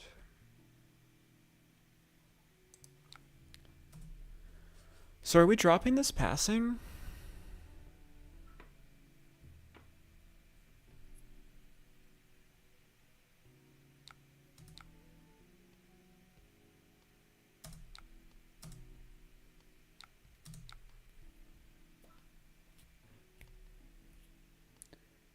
When playing against Prism, what auras should I prioritize killing? All of them? It's complicated. You should prioritize killing the ones that create other board states. Genesis, Haze Bending, Shimmers. Merciful is on the lower end. Ode is on the lower end. Parable is on the lower end. But it depends on what's in your hand, right? I'm not sure what I'm supposed to do with the rest of this hand, speaking of.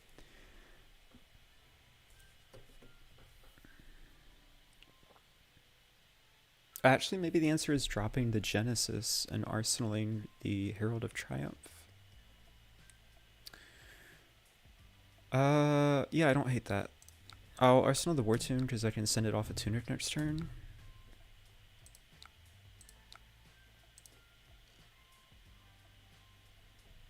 And now we've got D-React insulation as well. Every blue aura must die along with Genesis. That's a good way to put it, Space Moose.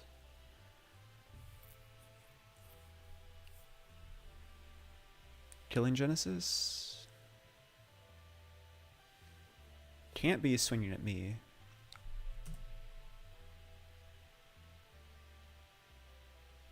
Yeah, makes sense. Dink.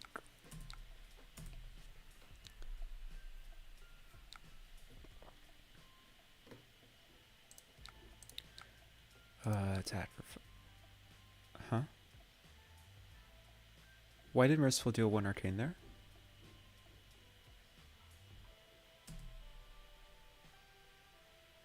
Oh, Quicken! That's no way that works. Aura or attack after card you control is destroyed. That's hilarious. I hadn't even considered that.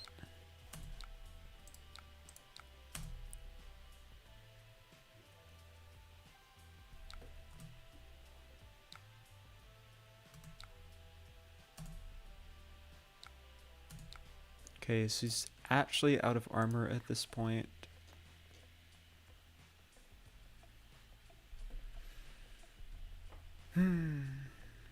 So it goes to...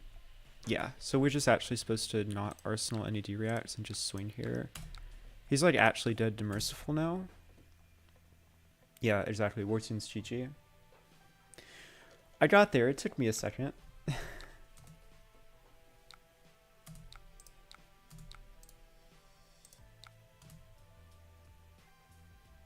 Worst interaction ever.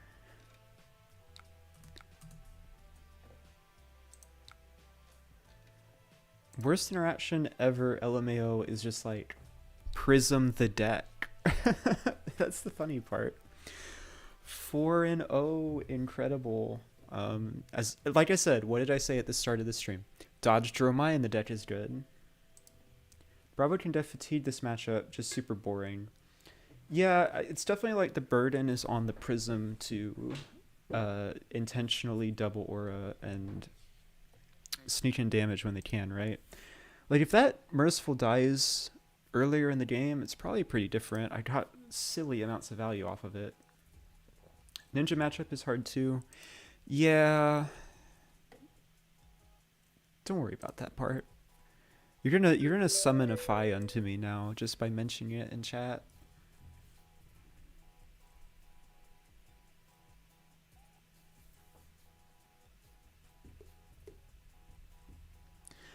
Yeah, that's so funny, which is like original Prism never dealt with Quickens because you had Luminaris. Oh, here's the bad stuff. Alright, here's how this works, chat. We get one bailout, which is Tunic, Halo, Fetch, Ravages. And all the other times we just have to go face and pray. And I'm talking like go face, because Dromai's dragons are way better at clearing our Spectra than our Spectra are at clearing her dragons. So this is the deck. Maybe we're not supposed to play Syncs. There's nothing that Judgment gets us. And now our wax wings start melting. Yeah, we may have been flying too close to the sun. Let's just run this. Looks like someone's trying out Aaron Chance's top 8 worlds list based on the Mage Master boots that I spy. More blues, can't have a turn with no blues. Oops. Unfortunate. I may have already clicked enter.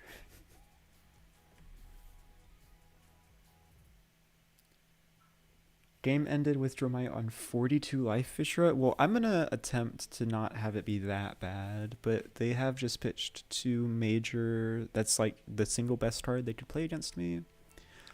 Oh, this might be bad. This might be really bad.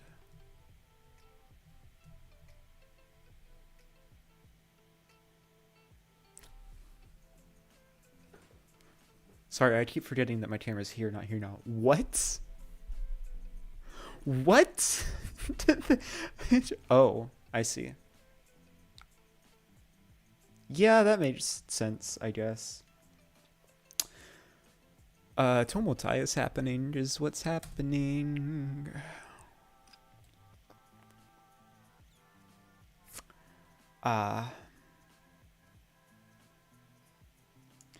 If Dutch start running Mage Master boots in Tome, or actually going to see Tome banned? I bet not.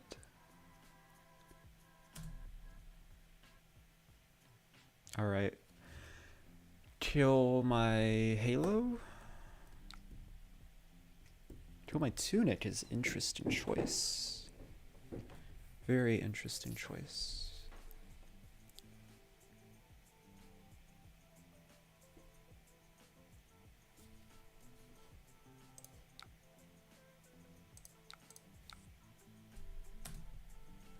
Well, they also stacked Tome Chromai Miragai. That doesn't matter, Celis. We are not getting back there. I'll pay 1 footsteps to get this protection out of my hand. Goated interaction. Free angel on hit into dragon. That's true. His hand also not good. Not good. Nope. I mean, it's like, it's Wharton Herald into Enigma Chimera, but that's not how we win this game.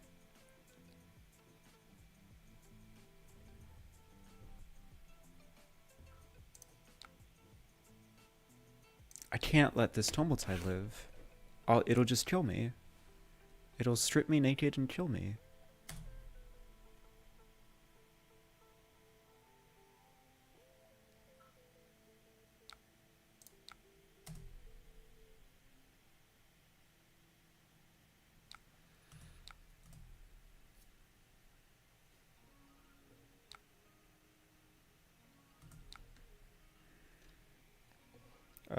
Erudition or protection? Erudition.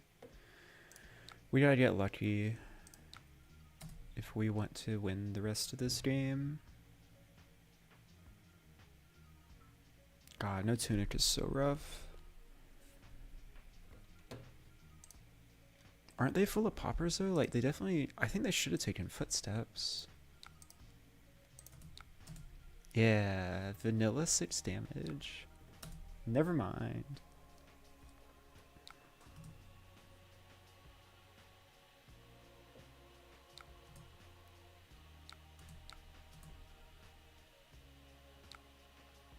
Now that's a good arsenal. There we go. I was only gonna get 1 tunic resource anyways, that's fair. Alright, so what we need here is to block with Sink Below, sink Passing Mirage, and draw into a red Wartune Herald. And then we're set.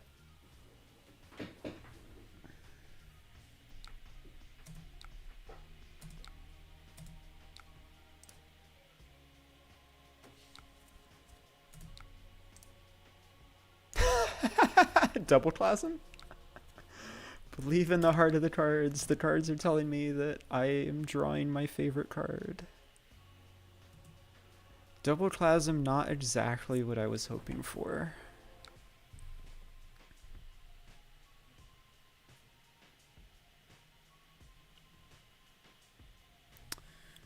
I'm just thinking, so I can awaken, swing, go again, and have nothing to follow up with. So it's just 9 here and hope to mess their hand up.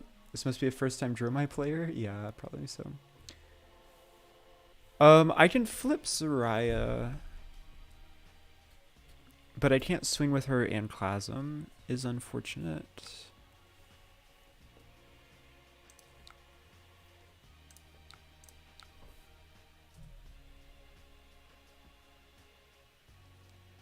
No opinion, but one of your favorite card names. It is a great name. It sounds like such a real word. And then you check the dictionary, it's just like, oh no, this is definitely just a portmanteau.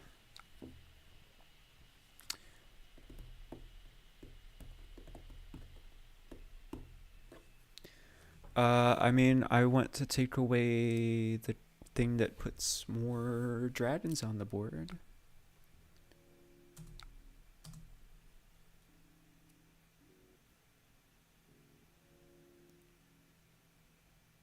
It does flow. It sounds like it should be a word. Phantasmoclasm. Flows very well. Alright, so we know what their hand is.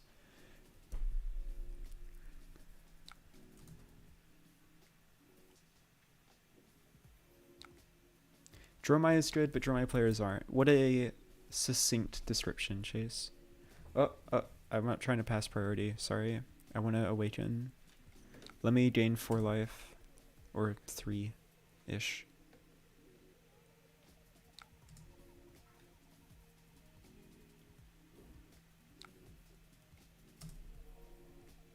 Jeez, I'm right here, rude.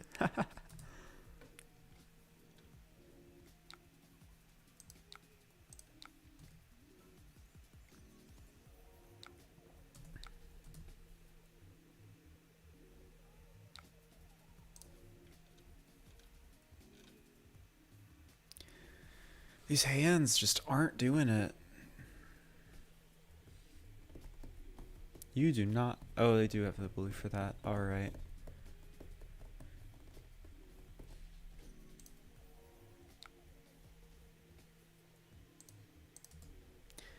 Yeah, this is about how I expect the Dromai matchup to go.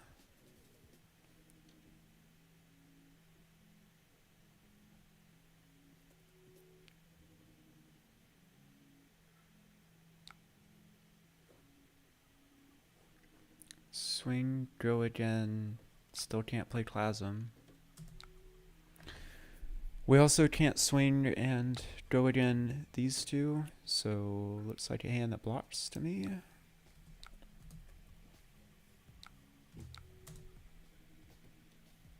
We somehow haven't taken any damage this game, which is really funny in a sad way.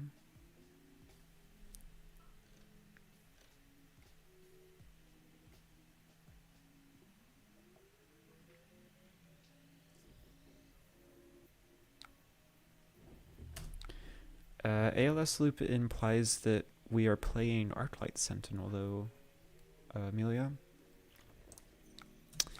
And I'm pretty low on that card in this meta, actually.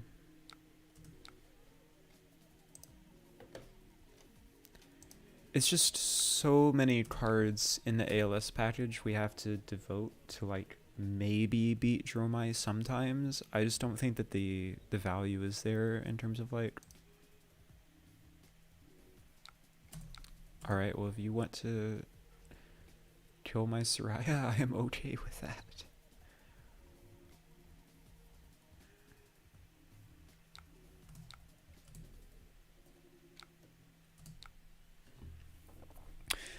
Hand bad, send protection. Cry.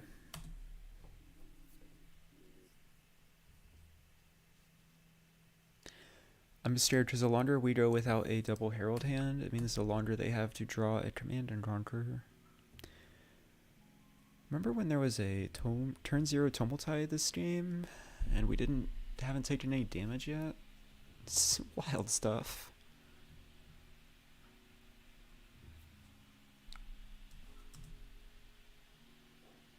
Yeah, exactly. It's like going from a 5% to like a 30%. And you're spending like 6 deck slots to make it a 30%. I don't see the value there. Double D react, okay.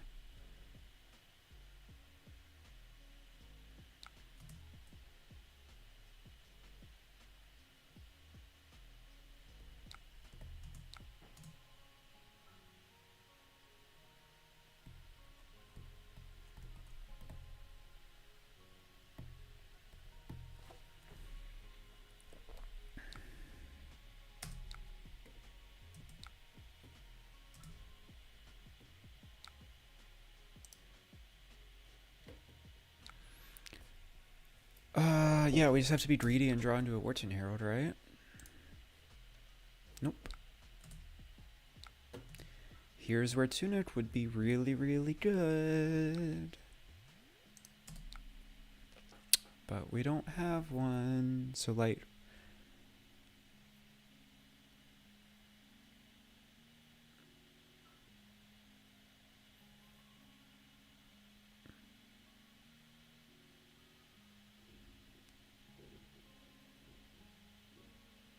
Is this our... I don't know. Is this our Halo hand? Like, do we get an Angel swing it and hope that we draw something good off of the Ensoul? We just have, like, literally no good options here.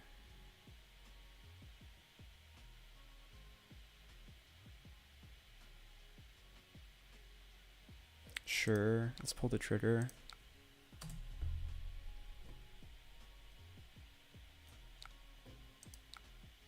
Yeah, okay.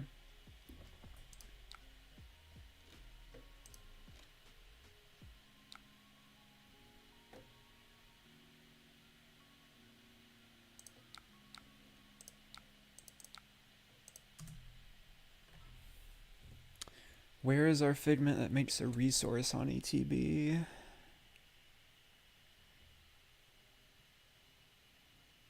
Come on, Heart of the Cards. I don't think it's there, guys. I don't think it's there.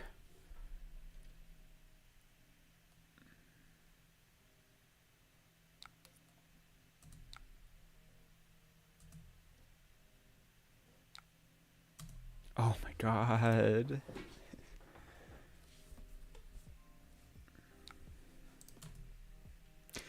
And I know, okay. So let's take back and think big picture here, right? Like, this game is miserable. But we went 4-0 before this. You know, like if you have a bunch of good matchups and then a bad matchup, are you winning to spill that that gem roulette? Maybe. All right, GG. You found Rake the Embers. The game is over.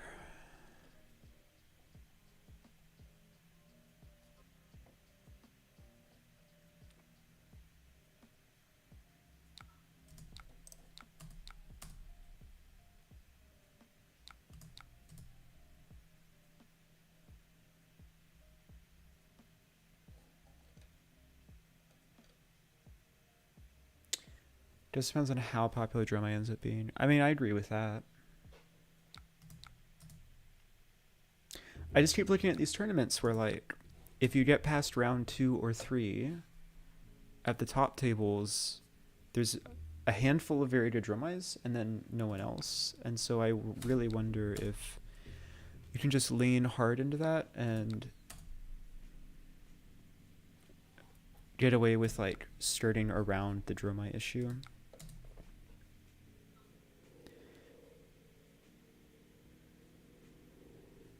Yeah, I'm not even sure this game is worth playing out at this point. We haven't drawn a single double Herald hand that's like actually good. It's just nothing went correct here, and that's okay. It happens.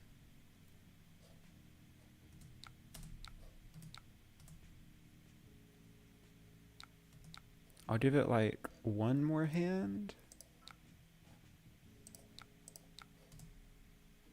Because I hate to just concede, but we're getting there. Dromai may be out in 2024, then we cook in. I agree. I think this deck is like unironically a deck to look out for once Dromai LLs. The start was slow enough for us to win, just didn't draw the gas. I agree, Alex. They also have had like every D-React in their deck, all but one, which stopped all of our on hits. Unfortunate. It's not like Iris Spectra would have been any better this game though, because I mean they've had Chromai since like turn 2, which is really annoying when it comes to killing Spectra.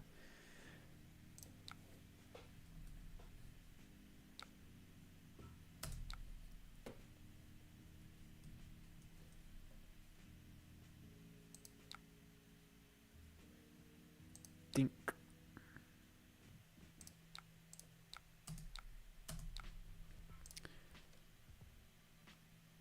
Okay, we finally found a double Herald hand. A bit late, but it's not bad. Just declaring attack with Chromai, that's not suspicious. Sigil Solace? Nope. Yeah, now we finally draw the gas.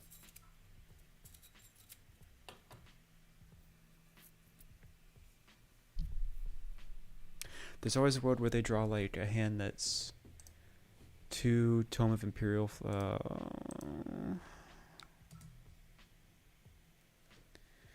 the expert Chromai fake out. No.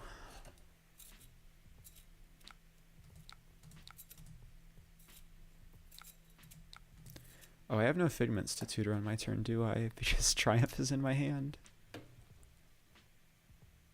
That's really funny. Alright, well this game's going to be over very quickly.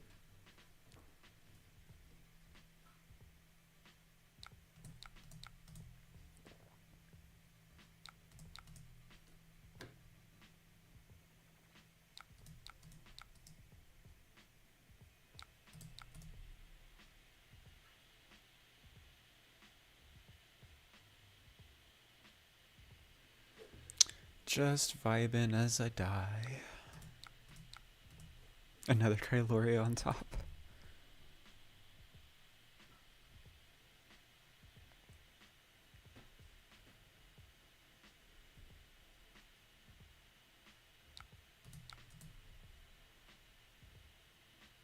It's funny how fast this game went from an absolute standstill to, oh, we're just straight up dead.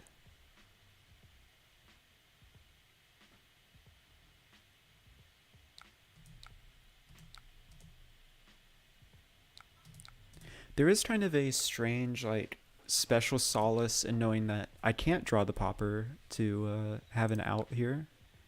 Because they don't exist. They're not in my deck.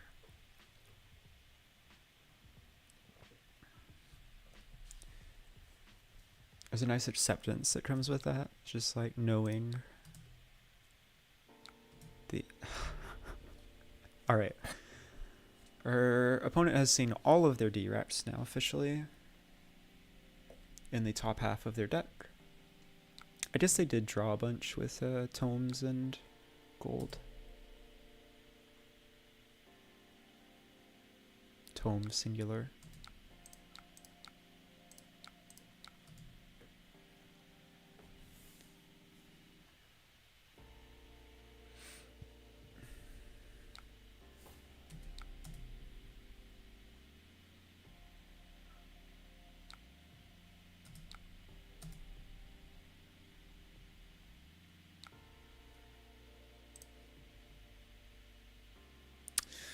Okay, here's another hand that's like what we actually needed to draw a while ago, which is Fortune Herald into Phantasmaclasm.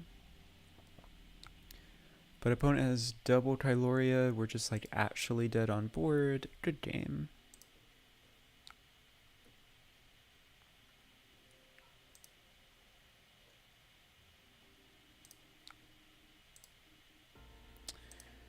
So like I said, I keep looking at where I think the camera is. So like I said, one bad matchup. And by bad, I mean like a 5%er. Like Iyslander versus Prism levels of atrocious. To be fair, Illusionist as a class is all about snowballing. That's true, Joshua. I definitely feel like that's very turned down in New Prisma though. Like, you can assemble the Spectra board, but it's pretty like stepwise linear. Like you get 1 to 2 Spectra per turn. And it's not like you're tapped out at 16 damage every turn. You're not like exploding with oh, you know, my 1 card hand is swinging for 20 because I have all of these Spectra and Spectral Shields. And that 16 damage hand takes 4 cards, which is like, okay, it's above rate. Is it exceptional? Not really. It's still like not racing a 5, for example. It just feels like every time they've released an Illusionist, it gets more reasonable. Like a more sane design in the context of Flesh and Blood and what it means to have permanence in a game that's all about one-handed cards every turn. I don't know. They're on the right track. I think we're never going to see another Spectra card printed ever again. Makes me sad, but makes sense. But I mean, the deck is doing exactly Riptide. You know what Riptide is really bad at doing? Clearing Spectra. Go second, play auras. I should maybe have the Spectra package as like the default package in this list. Definitely feels like you play it into most heroes, or a significant portion of them at least.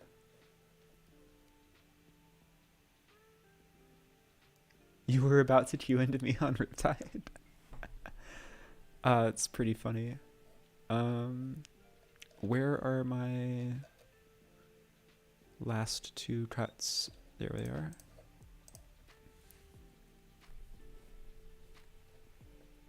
Yeah, I would much rather they don't print Spectra than printing an errata. Whoa.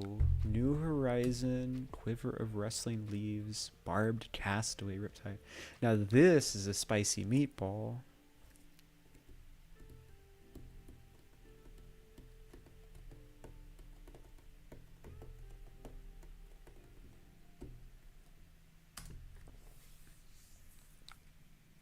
I have like actually nothing good to be doing with this hand, so I think I want a Halo.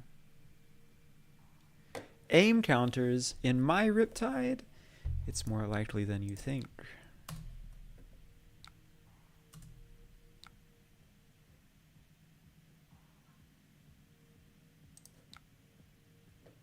That's something good to be doing with this hand. Okay, I am paying attention. I'm awake now.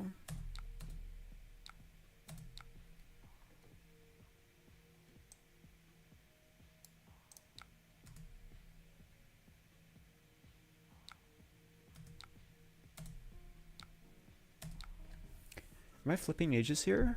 Probably, right?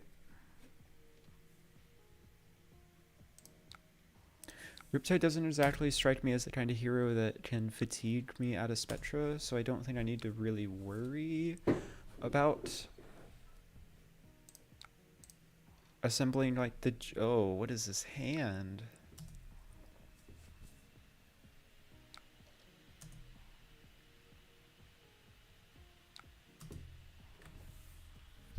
Alright, so we've got an arrow for 1 billion.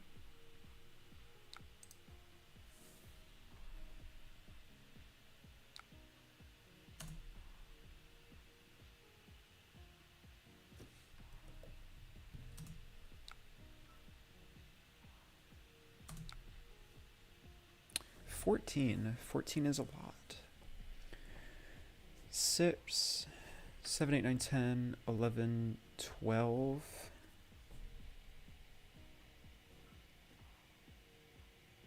13, 14. Okay. Riptide runs Remembrance often? Interesting. I think I'm going to be disrespecting the Remembrance.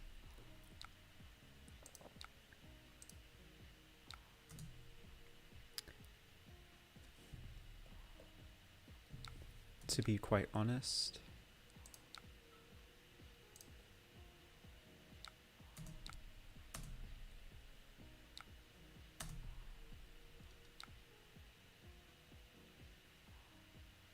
To be clear, if I had another 3-block in hand, I would have set that down and not let Aegis die, but I didn't, so I had very few choices. It's fine, though.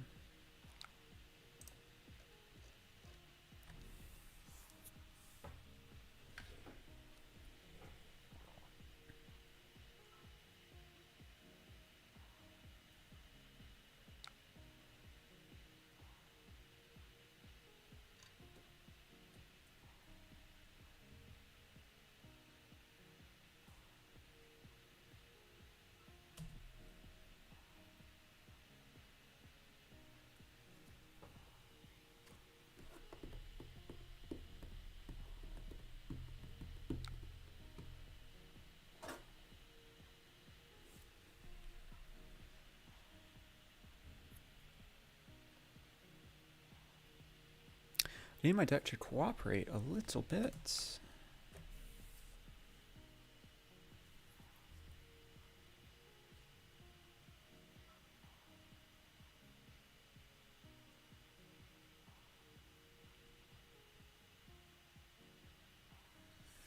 I think on my turn I'm just playing Parable and passing. Why don't I run Ponder Helmet? Because having a tutor on a stick is, I would argue, much better. There is a argument for Diadem of Dream State, but I don't see it personally. What is this, like a throw Enigma Chimera hand? I can Parable plus Genesis with this hand. Is that what I'm just supposed to be doing? Yeah, I think so. Sorry, I should have undo blocked there.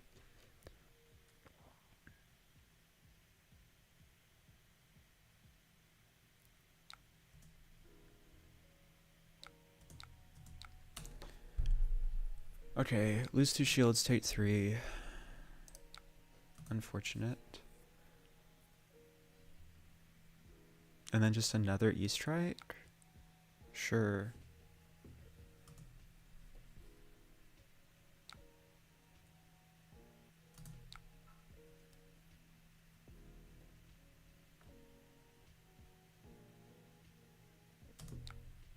This does look like a Lexi wannabe.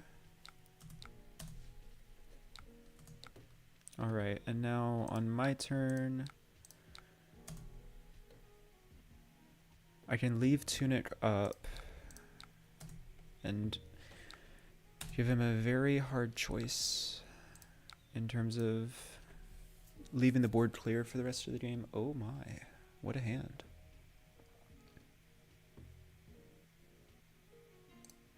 Now this is a hand for gamers. I'm glad I did not parable on his turn, because he could have snapped Searing Shotted.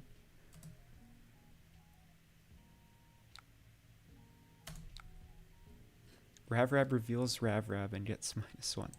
Sure. No blocks on 3.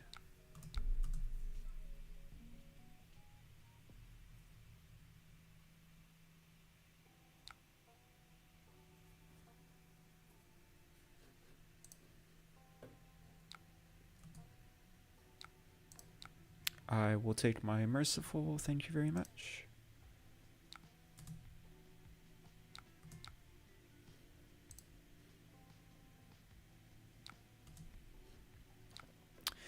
And now the Aura Train starts rolling. Finally drew a blue Spectra. We also still just have Mage Master Boots up, which is kind of wild. Ooh, what a hand. What a hand.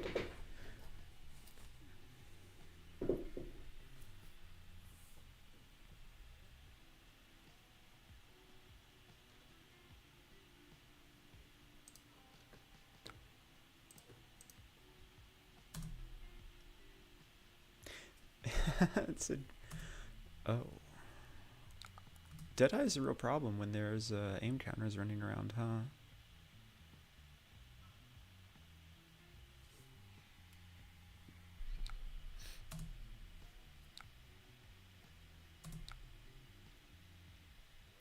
Ravrab for 1. You know what? I'll take 1.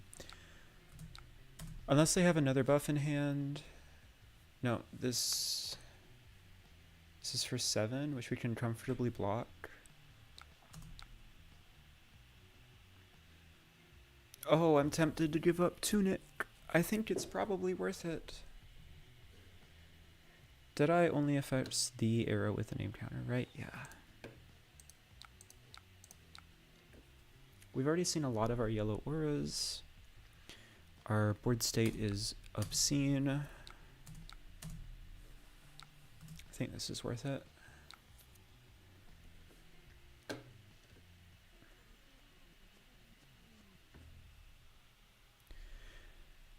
Parable is so much value at this point. I think Merciful is actually our weakest aura.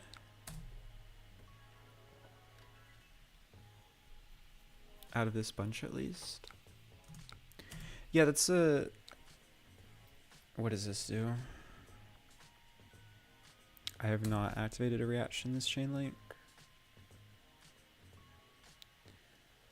That's an excellent point, Bluebird. That would be a fun puzzle, is like finding out a situation where it's correct to Merciful yourself. I can't think of any off the top of my head, but surely that exists somewhere in Flesh and Blood, right? And then I play Haze Bending, and they probably never attack a Spectra again for the rest of the game because they're too good, except Parable exists, so they really need to.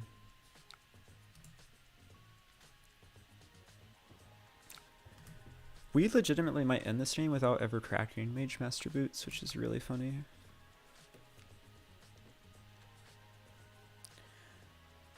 This just is Ponder on hit.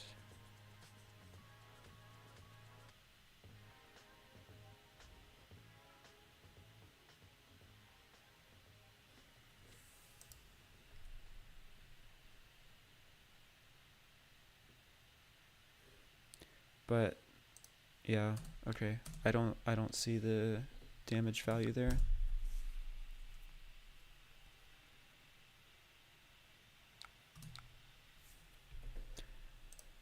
They're killing Parable, that's all well and good.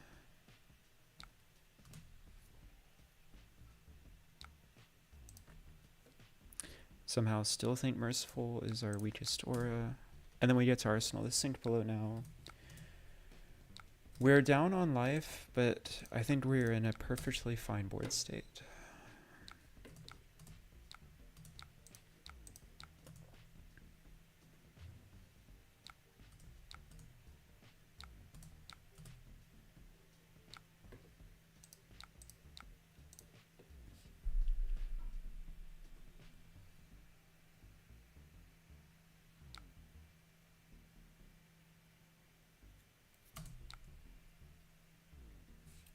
I just can't do anything with double metamorph, so I can give one away pretty comfortably.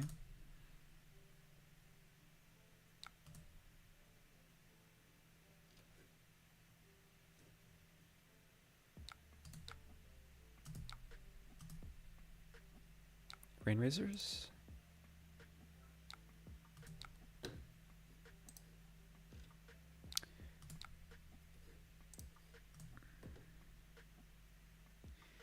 GG, no reload.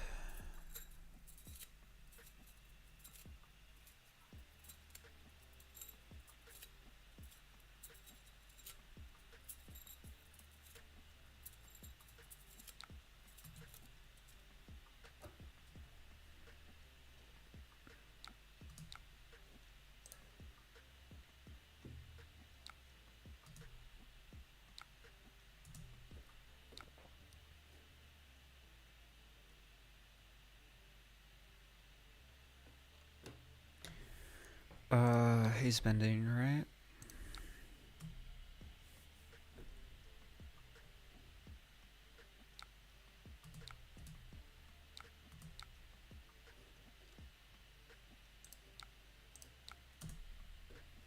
This takes 2 card or armor. Arsenal War Tune.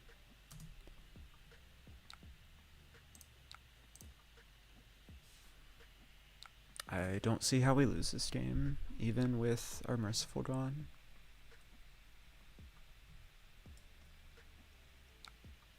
Yeah. I agree, the game is a bit over.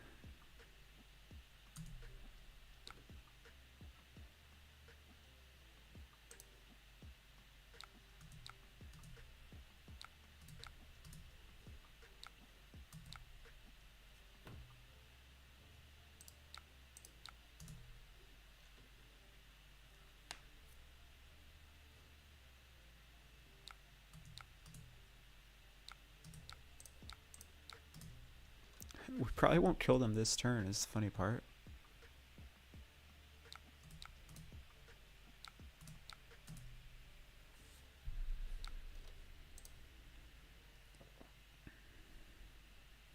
Alright, well, we have an arsenal, so we're not blown out by Codex.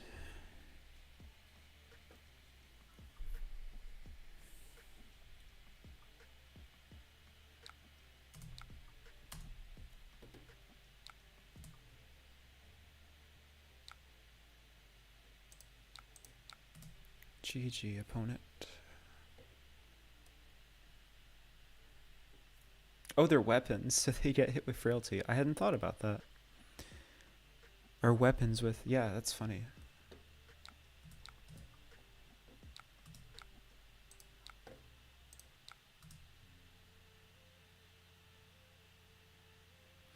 Aura for 3? You mean my blue cards are just head jabs? Head jab is so bad compared to 0 for 4 go again.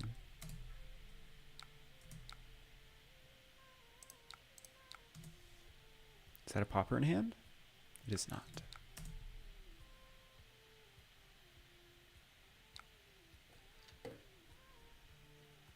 Okay.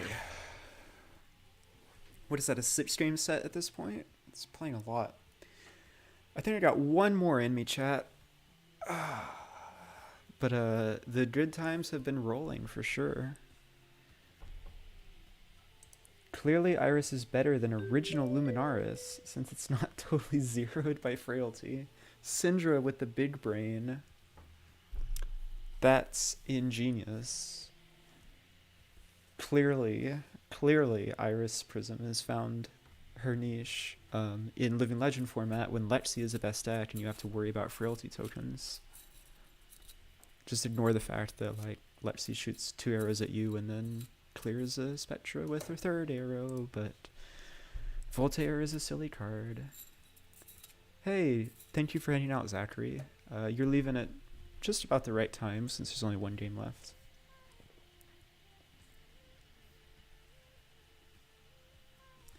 I'm having a lot of fun with this. I think with Iyslander LLing soon, this will be one of my decks that I really try to push. So I think you'll be seeing some more Prism coming out of my content in the near future. Iris Prism is so ProQuest Season 1. Alex, the flesh and blood hipster, been there, done that, so last season. When am I building this in paper? That implies I haven't already, Chase. I think I'm missing like 3 figments in paper, and everything else I have ready to go. Let's see. Yeah, you can actually see the empty sleeves I have for the figments that I'm missing. People start running AB0. Are we Kano gamers? I mean, yes, but also I just despise playing Kano. It makes my head hurt. Teklovossen, also an Iris matchup. Because they have a bajillion poppers.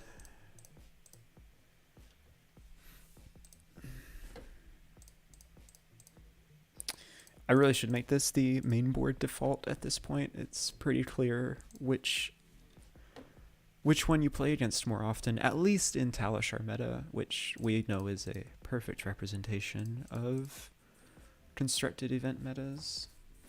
Bottom of the D tier battle. Yeah, but one of these decks wins games, Alex. I'll let you figure out which one. I say that. There was 0 Prism at the Worlds, and there was a Teklovossen that went 3-1 in CC, so I might be stepping out of bounds a bit on that one. It was so cool to see that Teklovossen doing so well. It's a bummer that their draft went poorly. So they started 3-1 in CC. Got all figments first. Yeah, I did too, Joshua. I got them all in Marvel, and then I was like, is this a CC Teklovossen or a draft deck? Smoothbore? What are they doing with the Fallout suit? I sold my Marvel figments when I was like, I can't really play this deck competitively. But it'll probably be coming back soon. Reassembled in all of its shininess. Diadem of Dream State is cool. I should try it. I'll give it a look, Fish. Going for the quick singularity flip, maybe? That makes sense. We'll see if it pays off. You did play this deck at the 1K, Alex. That is very true.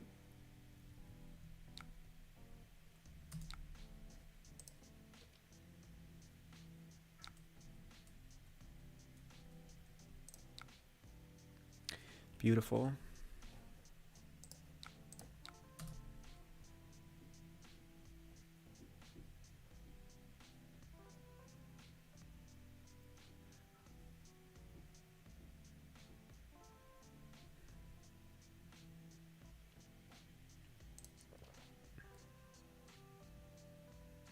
Yeah,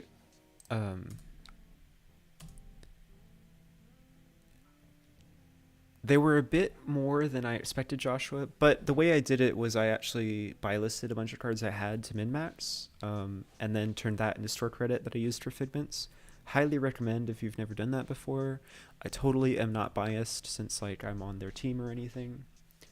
And that's how I got the figments originally. If you ever just have like a stack of random Majestics on your desk, it's a good way to get rid of them quickly.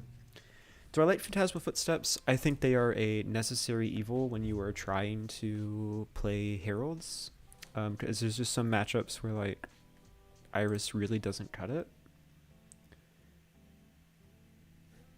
It does help a lot. You only need one of each figment for sure.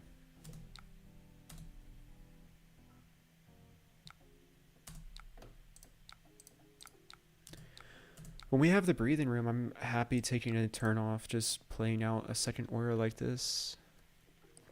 This is a funky deck, though. This is a good hand.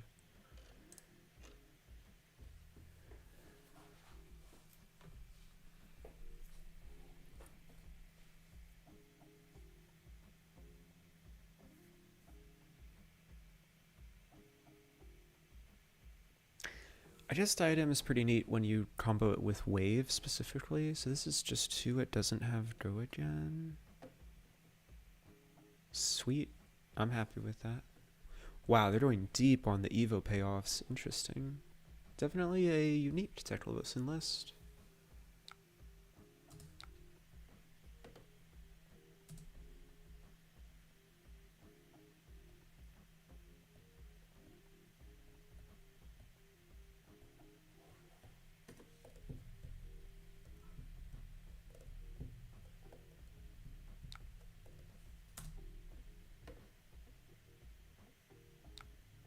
Turn is pretty simple here. Nope. Nope. Sorry, I activate overpitch correctly and not in a silly way. Don't want to strand that red Warton Herald. I want to dig to my next Spectra and then drop a haste bending pass.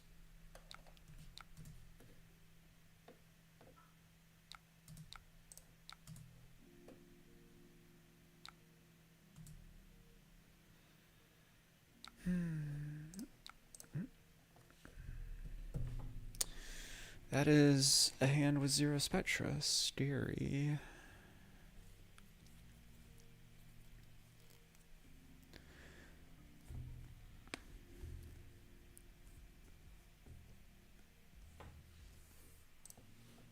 So are they expecting to scrap this or what? Called it.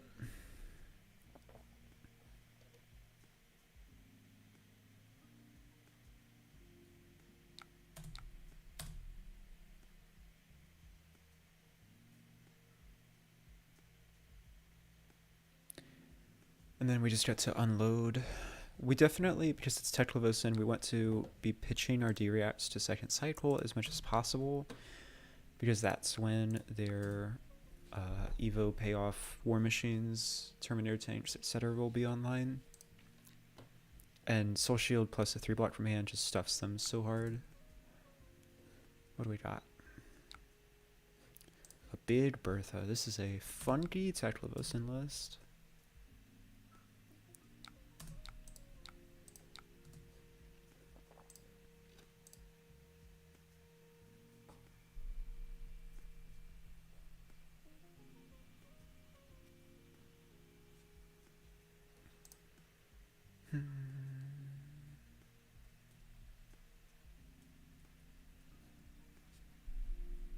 They also are playing more than 60 cards into us. Seems like they're about to pull triggers on more Evos if they're giving up block on vanilla damage.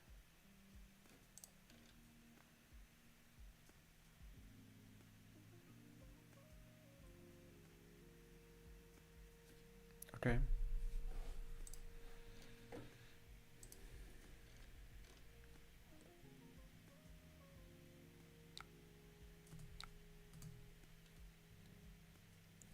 Do you think they're trying to fatigue me? I think they're going to have a very poor time about it.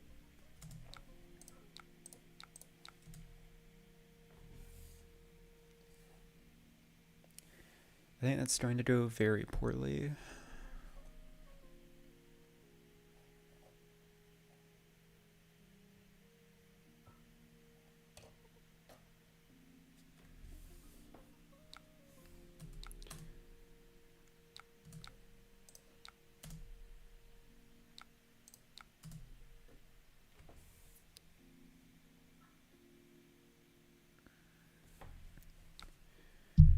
That is a lot of damage to take in the face.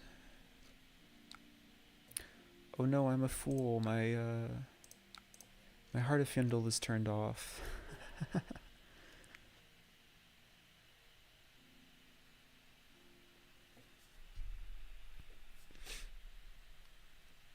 Just plain match strength at me?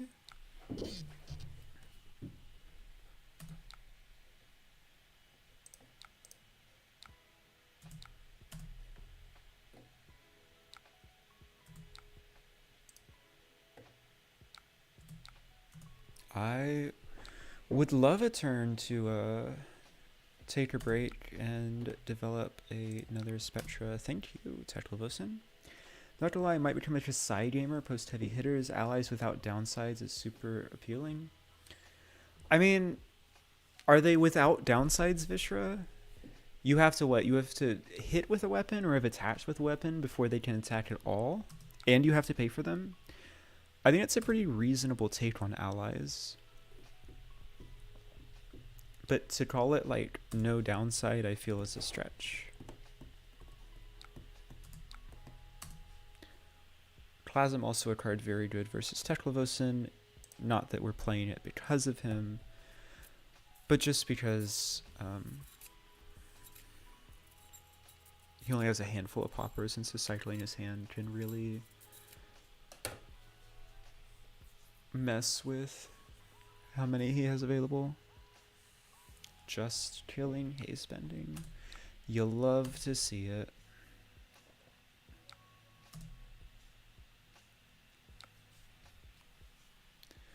So without Tunic up, I can't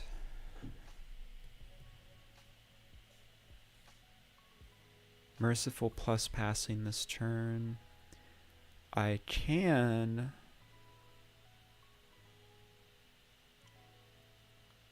swing red Wartune Herald, and when they pop it, I flash in Merciful. I like that idea.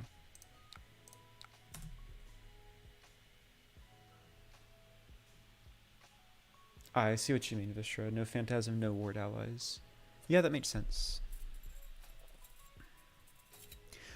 I do kind of like that idea of an ally. Because I got a better job and went from copper to gold. Yeah, and she's the one hiring the sellswords now. Double Steel Street Enforcement.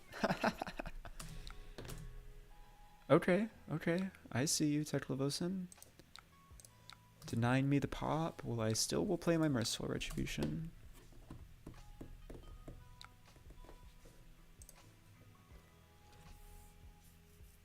Now here is a hand. That is just objectively the incorrect choice. Definitely should be killing the Merciful here.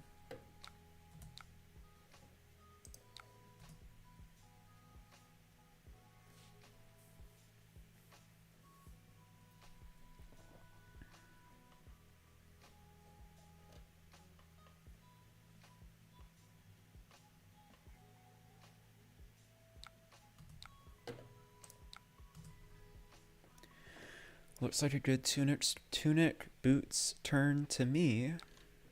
Say that 5 times fast.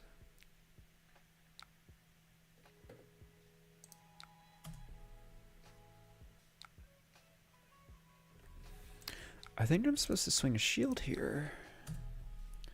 With 4 shields and 3 Spectra on the board, it takes a big overpower attack to kill the shield that has a +1 power counter on it.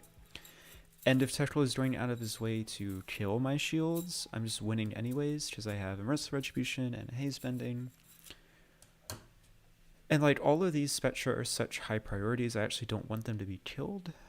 So this is the rare like put a +1 power counter on a Spectra shield, I think, which usually you don't see happen. When you do see it happen, things are going very well.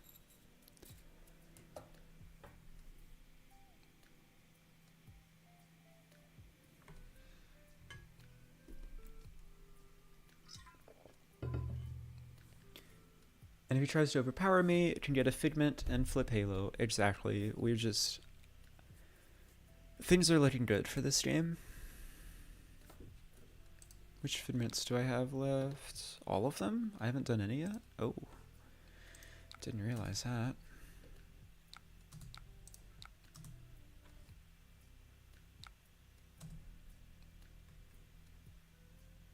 I also just have this Clasm chilling for when I draw a no Spectra hand. Like this. This is like a great hand to swing once and throw Clasm Arsenal Genesis. Makes you wonder how good blood on her hands is going to be with making gold instead of copper. Yeah, it's interesting. My suspicion is that we will see some wager cards that make copper and not gold, which will make blood on her hands playable, but not like incredible, because Josiah will probably see like 4 copper during the game. But blood is also just a yellow 3 block, which like checks all the boxes for everything else that her hero ability wants to do anyways. So it'll probably be like playable, but not like incredible. Oh, we don't even have to block with the sink. Shimmer's just taking the heat immediately.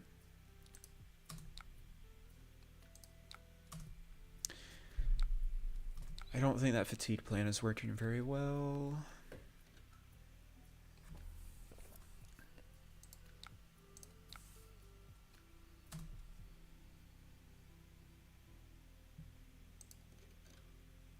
Hopefully bad, to spite the people that bought it out.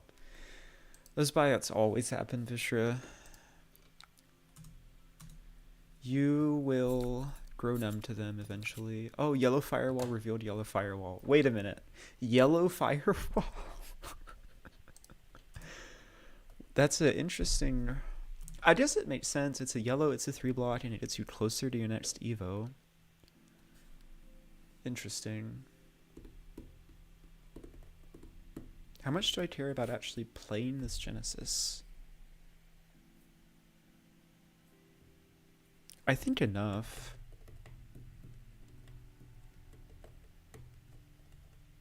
Yeah, I think it's just good enough that I'm supposed to do this. Fascinated by sexual data. It sure is something, Bluebird. Like, they're close to Singularity. Are we sure this isn't a draft deck?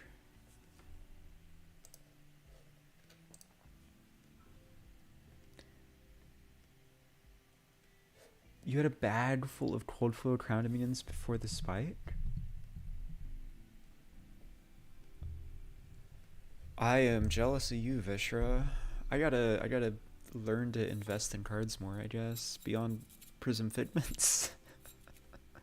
Although we're working on that. We're working on that. Over the course of the next 2 months, as I stream Prism weekly, we'll slowly watch the price of those figments go up, right, chat? Right? That's how this works.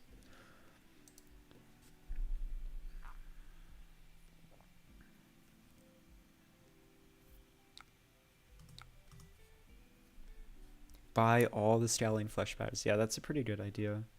That card is absurd. You were right. Did I really draw them into their next Evo?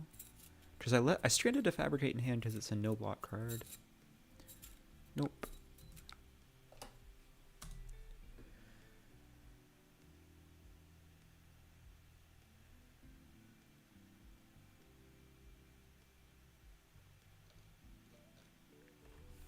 Have we seen...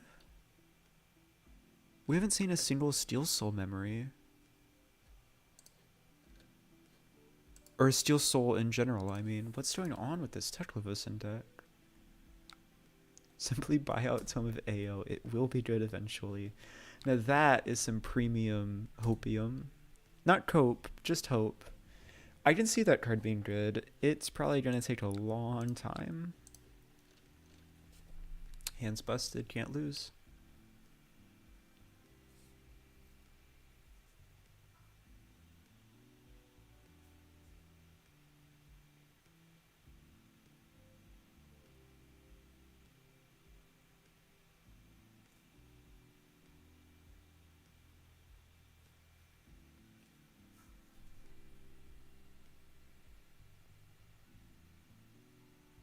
Oh, he fabricated a proto base arms into the Teklo base arms that he blocked with. That's interesting.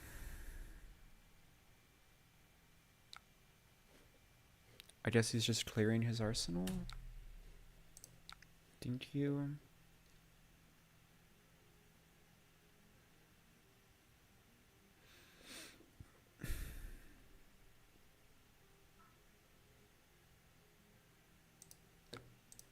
I think I meant to pull the trigger on this and soul this other Genesis.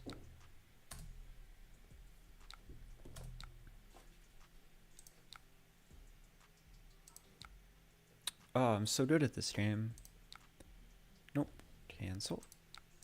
Swing with the 5-power weapon.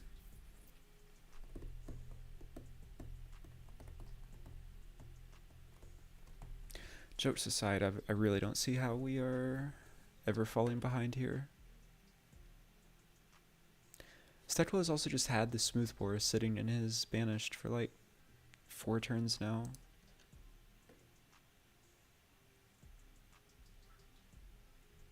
Better to be lucky than good. You know it, tie-dye.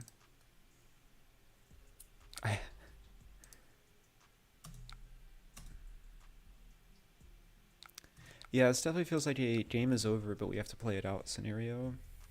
It's good practice, though, to just like go through the motions of making sure that you can manage the Spectra board state.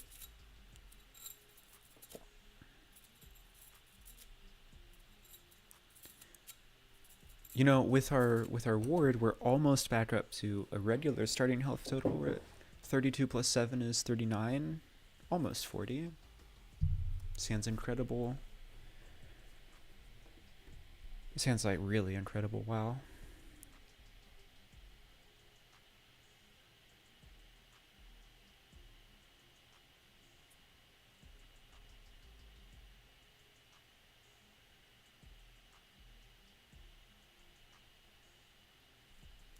Teklovossen is very hard to play. I liked the increasing complexity of basically every deck that's been coming out recently. All of the really weird, intricate interactions in Bright Light's draft, just like, I think it's my favorite limited set of all time at this point.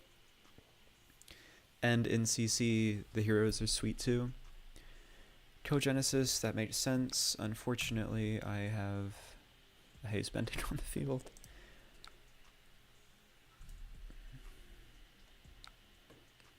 I also have a passing mirage out. That could get a problem quickly.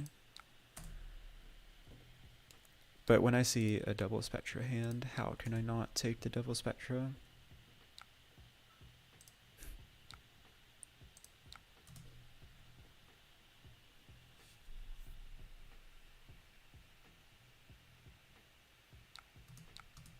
So many sentry bases. Eva draft was great. You came in first in the one, got the cool promo Eva bases. Yeah, those cards are sick.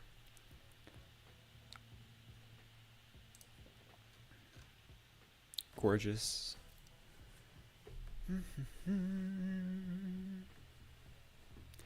Haze Bending finally dies, which means this passing Mirage post Pierce is going to be a Metamorph for 9, no Phantasm on our turn.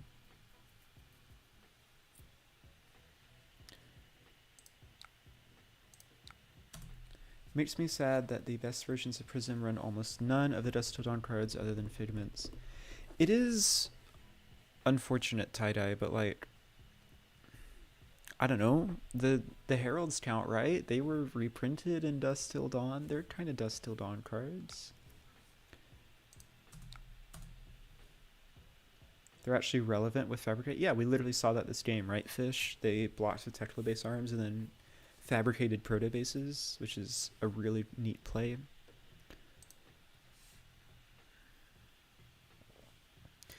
But yeah, I've tried to make Blue Angelic Wrath work. I think it makes sense in the Luminaris build, but when you're trying to do this hybrid strategy, having a blue no block that doesn't contribute to your primary game plan in any way in the Iris build, which is like not your primary game plan, but your more common game plan, Oh,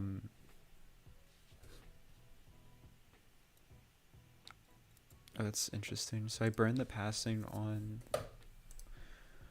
auras, so this metamorph isn't actually safe to swing. Alright, well, now it's safe to swing.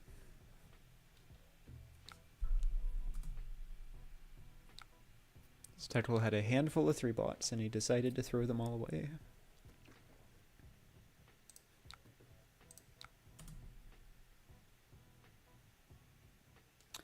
Prisma uses more of the Distilled On cards in Blitz, at least, yes. Red Angelic Wrath is an absurd card in Blitz.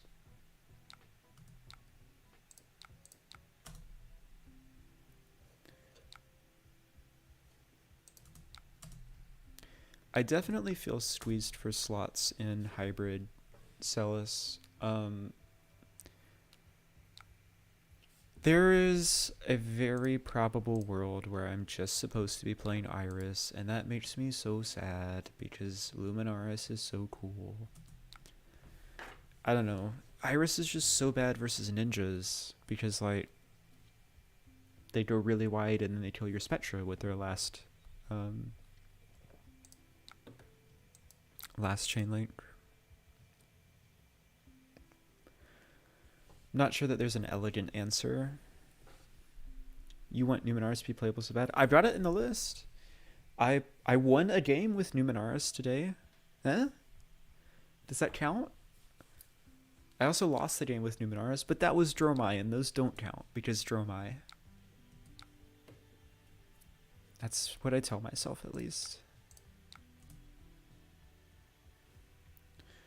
There's just no reason to commit more Spectra now. We've got this giant board state, and they're having a block with every single card in their hand.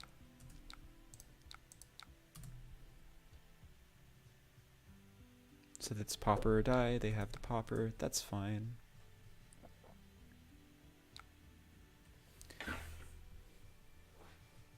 Oh. Right. Parable of Humility. Hell of a card. Puts your opponent's attacks to 5 power.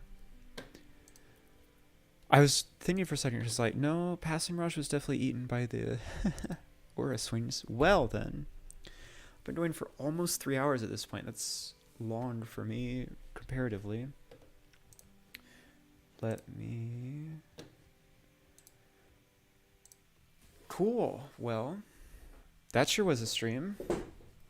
It's Talishar, but we went X and 1, which is the inverse of what I did with Teklovossen. So clearly, you know, like, this deck's just a million times better, right? Ignore the part where literally no one played it at Worlds this weekend. Jokes aside, I think that this has a lot of potential as a list. I will say, someone in chat was asking earlier about if I could talk through the MaybeBoard. Maybe I'll do that right now, as I kind of wind down before the stream actually ends. Stream match, thanks for the stream. Yeah, of course, McQuinn. So MaybeBoard, things that I'm considering. Command and Conquer is one of the first poppers I would run. It's just a generically good card. If you're playing Luminaris, you can follow it up after playing one of your initial heralds because it fits into that 2-cost curve that you want. And then GG, good games and great stream. Yeah, glad you enjoyed it, Joshua. And then I also have Tenacity and War that are actually in here specifically as like a combo with CNC. If you have a CNC in hand, your first herald hits, you can fetch Tenacity to give CNC Dominate or War to push it to a 7-power breakpoint. This is a great idea. I think it ends up being a little bit too cute and not actually good. CNC, great popper. Lexi's not in the meta anymore. We're really good into Azalea anyways, and I don't want to waste the popper slots on Dromai, so it's just not in the list currently. Fate Foreseen, the deck loves just being really efficient, and 0-for-4s are really efficient. I think if you want to play Fates and have more D-reacts, it slots into this Phantasmaclasm slot, or maybe this Red Herald of Rebirth slot. I'm not sure yet. Card's very good. I can see metas, like if Warrior gets very popular, where Fate Foreseen makes a list. Ravages and Rebirth, I talked about this earlier in the stream. I was trying out Rebirth to see if rebuying Phantasmaclasms was ever relevant. Kind of feels like it's not, so Ravages is a 2-card 8, is probably just better. Illuminate is another one of my pet cards. It currently is not in the list because it's competing for Phantasmaclasm in that last, like, red non-herald slot. But what Illuminate does is it lets you accumulate soul that you can then later spend on swinging heralds, or sorry, angels, right? And proc their on attack triggers. It's also just a good 1-card hand, but I think even as like a 0 for 6, if you value the angel attacks as 2 power, it ends up being just underwhelming every time I actually play it, which is really sad because I think the card's very good. Oasis is everything I said about Fate. Oasis is the same thing, except if you want to respect Wizards a lot, I think there's fine. I don't think Wizard is like enough of a concern right now. If Kano is really good, I could see it. I don't think it actually helps that much against Iyslander. Just play your Spectra and you'll be fine. ALS. I don't have any Arclight Sentinel in my list right now, and this is probably a somewhat contentious one. This card is very big, it's very splashy, people love it because of that. I'm a firm believer in like no sacred cows, right? You have to, there's nothing that's like automatically in a list. I want to actually hear the reasoning and logic behind why you're playing it. And personally, I don't think there's any matchups in the meta where Arclight Sentinel is very relevant. Lexi, for sure, because they had those Rainrazor 3 of a kind turns, and you got to blow them out by wasting their power cards. But basically every other hero in the format that's not doing a ton of setup right now, like, it's good against Azalea because they play a bunch of buffs, and then before they actually play the arrow, you ALS them.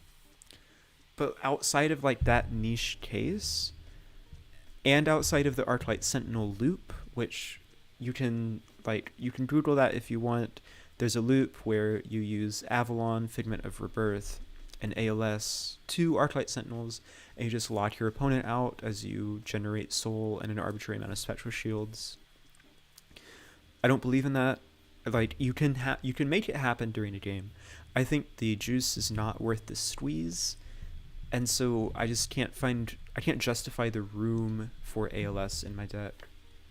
Do I think ALS would be good against Phi? I don't really think so. Like, if you can find one and arsenal it and wait for their Art of War turn, it's okay.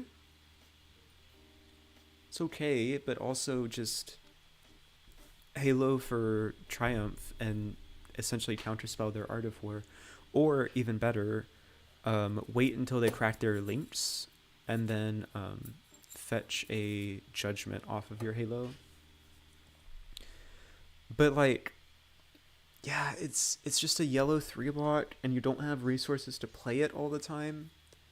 Sorry, it's a yellow no block, and you don't have 6 resources to play it all the time. So I'm just really not sold on the card. Figment of Rebirth, you really only play this to threaten the ALS loop. If I'm not playing one, I'm not playing the other. Tenacity and War we talked about are like combos with CNC that are cute, not good. And then we've got the rest of the yellow Spectras. I would love to play all of these if I could. There's not space. I think if I move more and more towards Iris only, Parable and Merciful will end up finding their way in the deck as 3-ofs. Ode is really cool. I think it's a bit Christmas-landy. I think it's not something that you can consistently set up and benefit from. On the other hand, hold on, I find ALS to be nice if decks refuse to give you space. So yes, but you play ALS and you pitch 2 blue cards to do it, and so you have breathing room and 2 cards. It's just not like, if you already have a board state, that's a respectable tempo swing. But if you already have a board state, you already have a board state, and you probably would have been okay just blocking with 3 cards and then holding those 2 cards comparatively, right? Look, like, I love the card. I played it in Original Prism a bunch. I just don't... It's not there for me right now in this meta. On the other side of the yellow Spectra, blue Angelic Wrath. Card is very good when you are playing Luminaris and your opponents are blocking out your heralds but not popping them. But it's a no block when you're playing Iris, and that's a deal breaker for me because you're just never actually getting value out of it when you're playing Iris. Brothers in Arms was a really deep cut I went on in blues, just trying to have blues that I could like spend spare resources on when I like flip an angel on my opponent's turn as a pseudo D-react. The floor as a blue 2 block ended up being not as good as just playing all 18 blue heralds, and so it didn't make the list. Celestial Resolve, everything I said about Angelic Wrath, you can apply to this card. Like, it's fine, but it's not good, and it doesn't block by itself. Hold the Line was in here for Lexi. Aeolus definitely isn't a 3 of I run 2. Yeah, I can see running 1 or 2. I don't think there's... Yeah, that makes sense. If I go towards more Spectra-oriented, maybe there's room in the list somewhere. I would have to think about it. Hold the Line I've added in here since Lexi was a thing. I don't think enough decks are drawing 2 cards anymore to like justify this. Dromai is, of course, with all of her tomes, but if you're blocking versus Dromai, you're losing, so it's still not relevant. Blue Illuminate is the... So Blue Illuminate looks really good on paper, right? It's a blue, it's a block 3, it's a light card, and it threatens to give you extra soul. The issue I was finding with Bluminate was I would play it, and my opponents would put Battle Worn 2 armor in front of it, and I just wasted a card for nothing. So it's just like... Any blue block 3, including Enigma Chimera, ends up being better. Phantasmal Haze, exchange with Enigma Chimera. Phantasmal Haze is better if you're on Iris all the time. Enigma Chimera is significantly better if you are playing Luminaris Celestial Fury. And I'm still coping on Numi, and so I'm trying to justify Enigma Chimera. Spear is exact same thing, but it lets you go wide by itself. It's in meta card. Trom is an interesting thought experiment I was having with like, alright, well how do we make Ninja better? It's not very good. It's a blue block 3, and aside from that, it's not worth playing. Diplo, card's really good. Just hoses Azalea. But we also have just Spectra that also hoses Azalea. And there's some matchups where it's totally dead. So while it's very good, I think it just doesn't quite make the cut, right? Do you get a February link? Yeah, I see that you saw it in the description. Exactly. Superata. Sorry. Q Superruta. Do you have feelings about Celestial Cataclysm? Yes, it is very good if you want to respect Dromai. I guess there are, if you're playing like Iris all the time, there's some scenarios where you have the spare soul. Like I definitely had some games today. I'll have to go back and look. How many games did I end with 3 or more soul? Because maybe I'm just like being too pessimistic and saying I don't have spare soul a lot of the time. But I was finding that Cataclysm was just like a yellow 3 block too often. I don't know, maybe soul is more common than I'm realizing. And then lastly, Skullcap and Providence. These cards are both good. They're like, Providence can bail you out of having a Figment in your hand. Skullcap is very good at stopping multiple breakpoints, and it's just like worth 3 life straight up, especially since we start so much lower than our opponents. But Halo is an absurd card when you consider Prism's ability, and so I think that you just end up always running Halo. Bluebird makes an excellent point though, so I'll actually just add...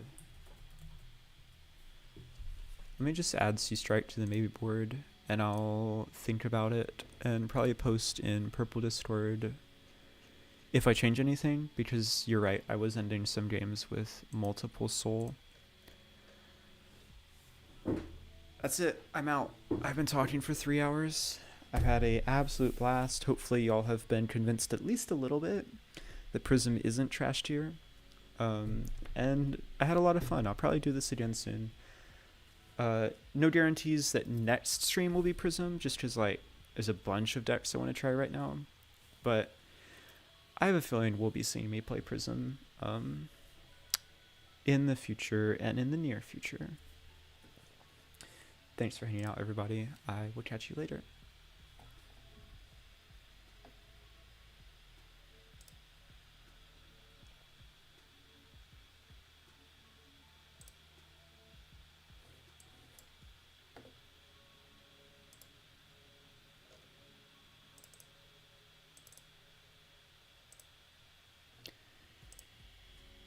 I wanted to end this stream by thanking some of my patrons.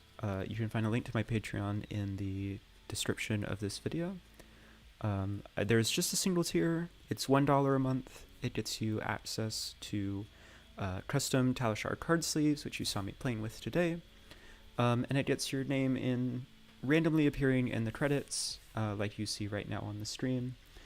As well as I like to shout out some of my patrons each week, or each time I stream. So special thank yous to Andre Jodhue, Arden Nelson, Bluebird, Kevin Breyer, Levi Rauch, and Sergey Bastrikov. I want to stress I have a continuing promise to never paywall any content I make. My Patreon is purely if you enjoy what I make and you want to see my channel grow and see my content improve in quality. It's just a way to say thank you and encourage me to keep making great content. Thanks for hanging out. Thanks for hanging out, everybody. I will catch y'all soon.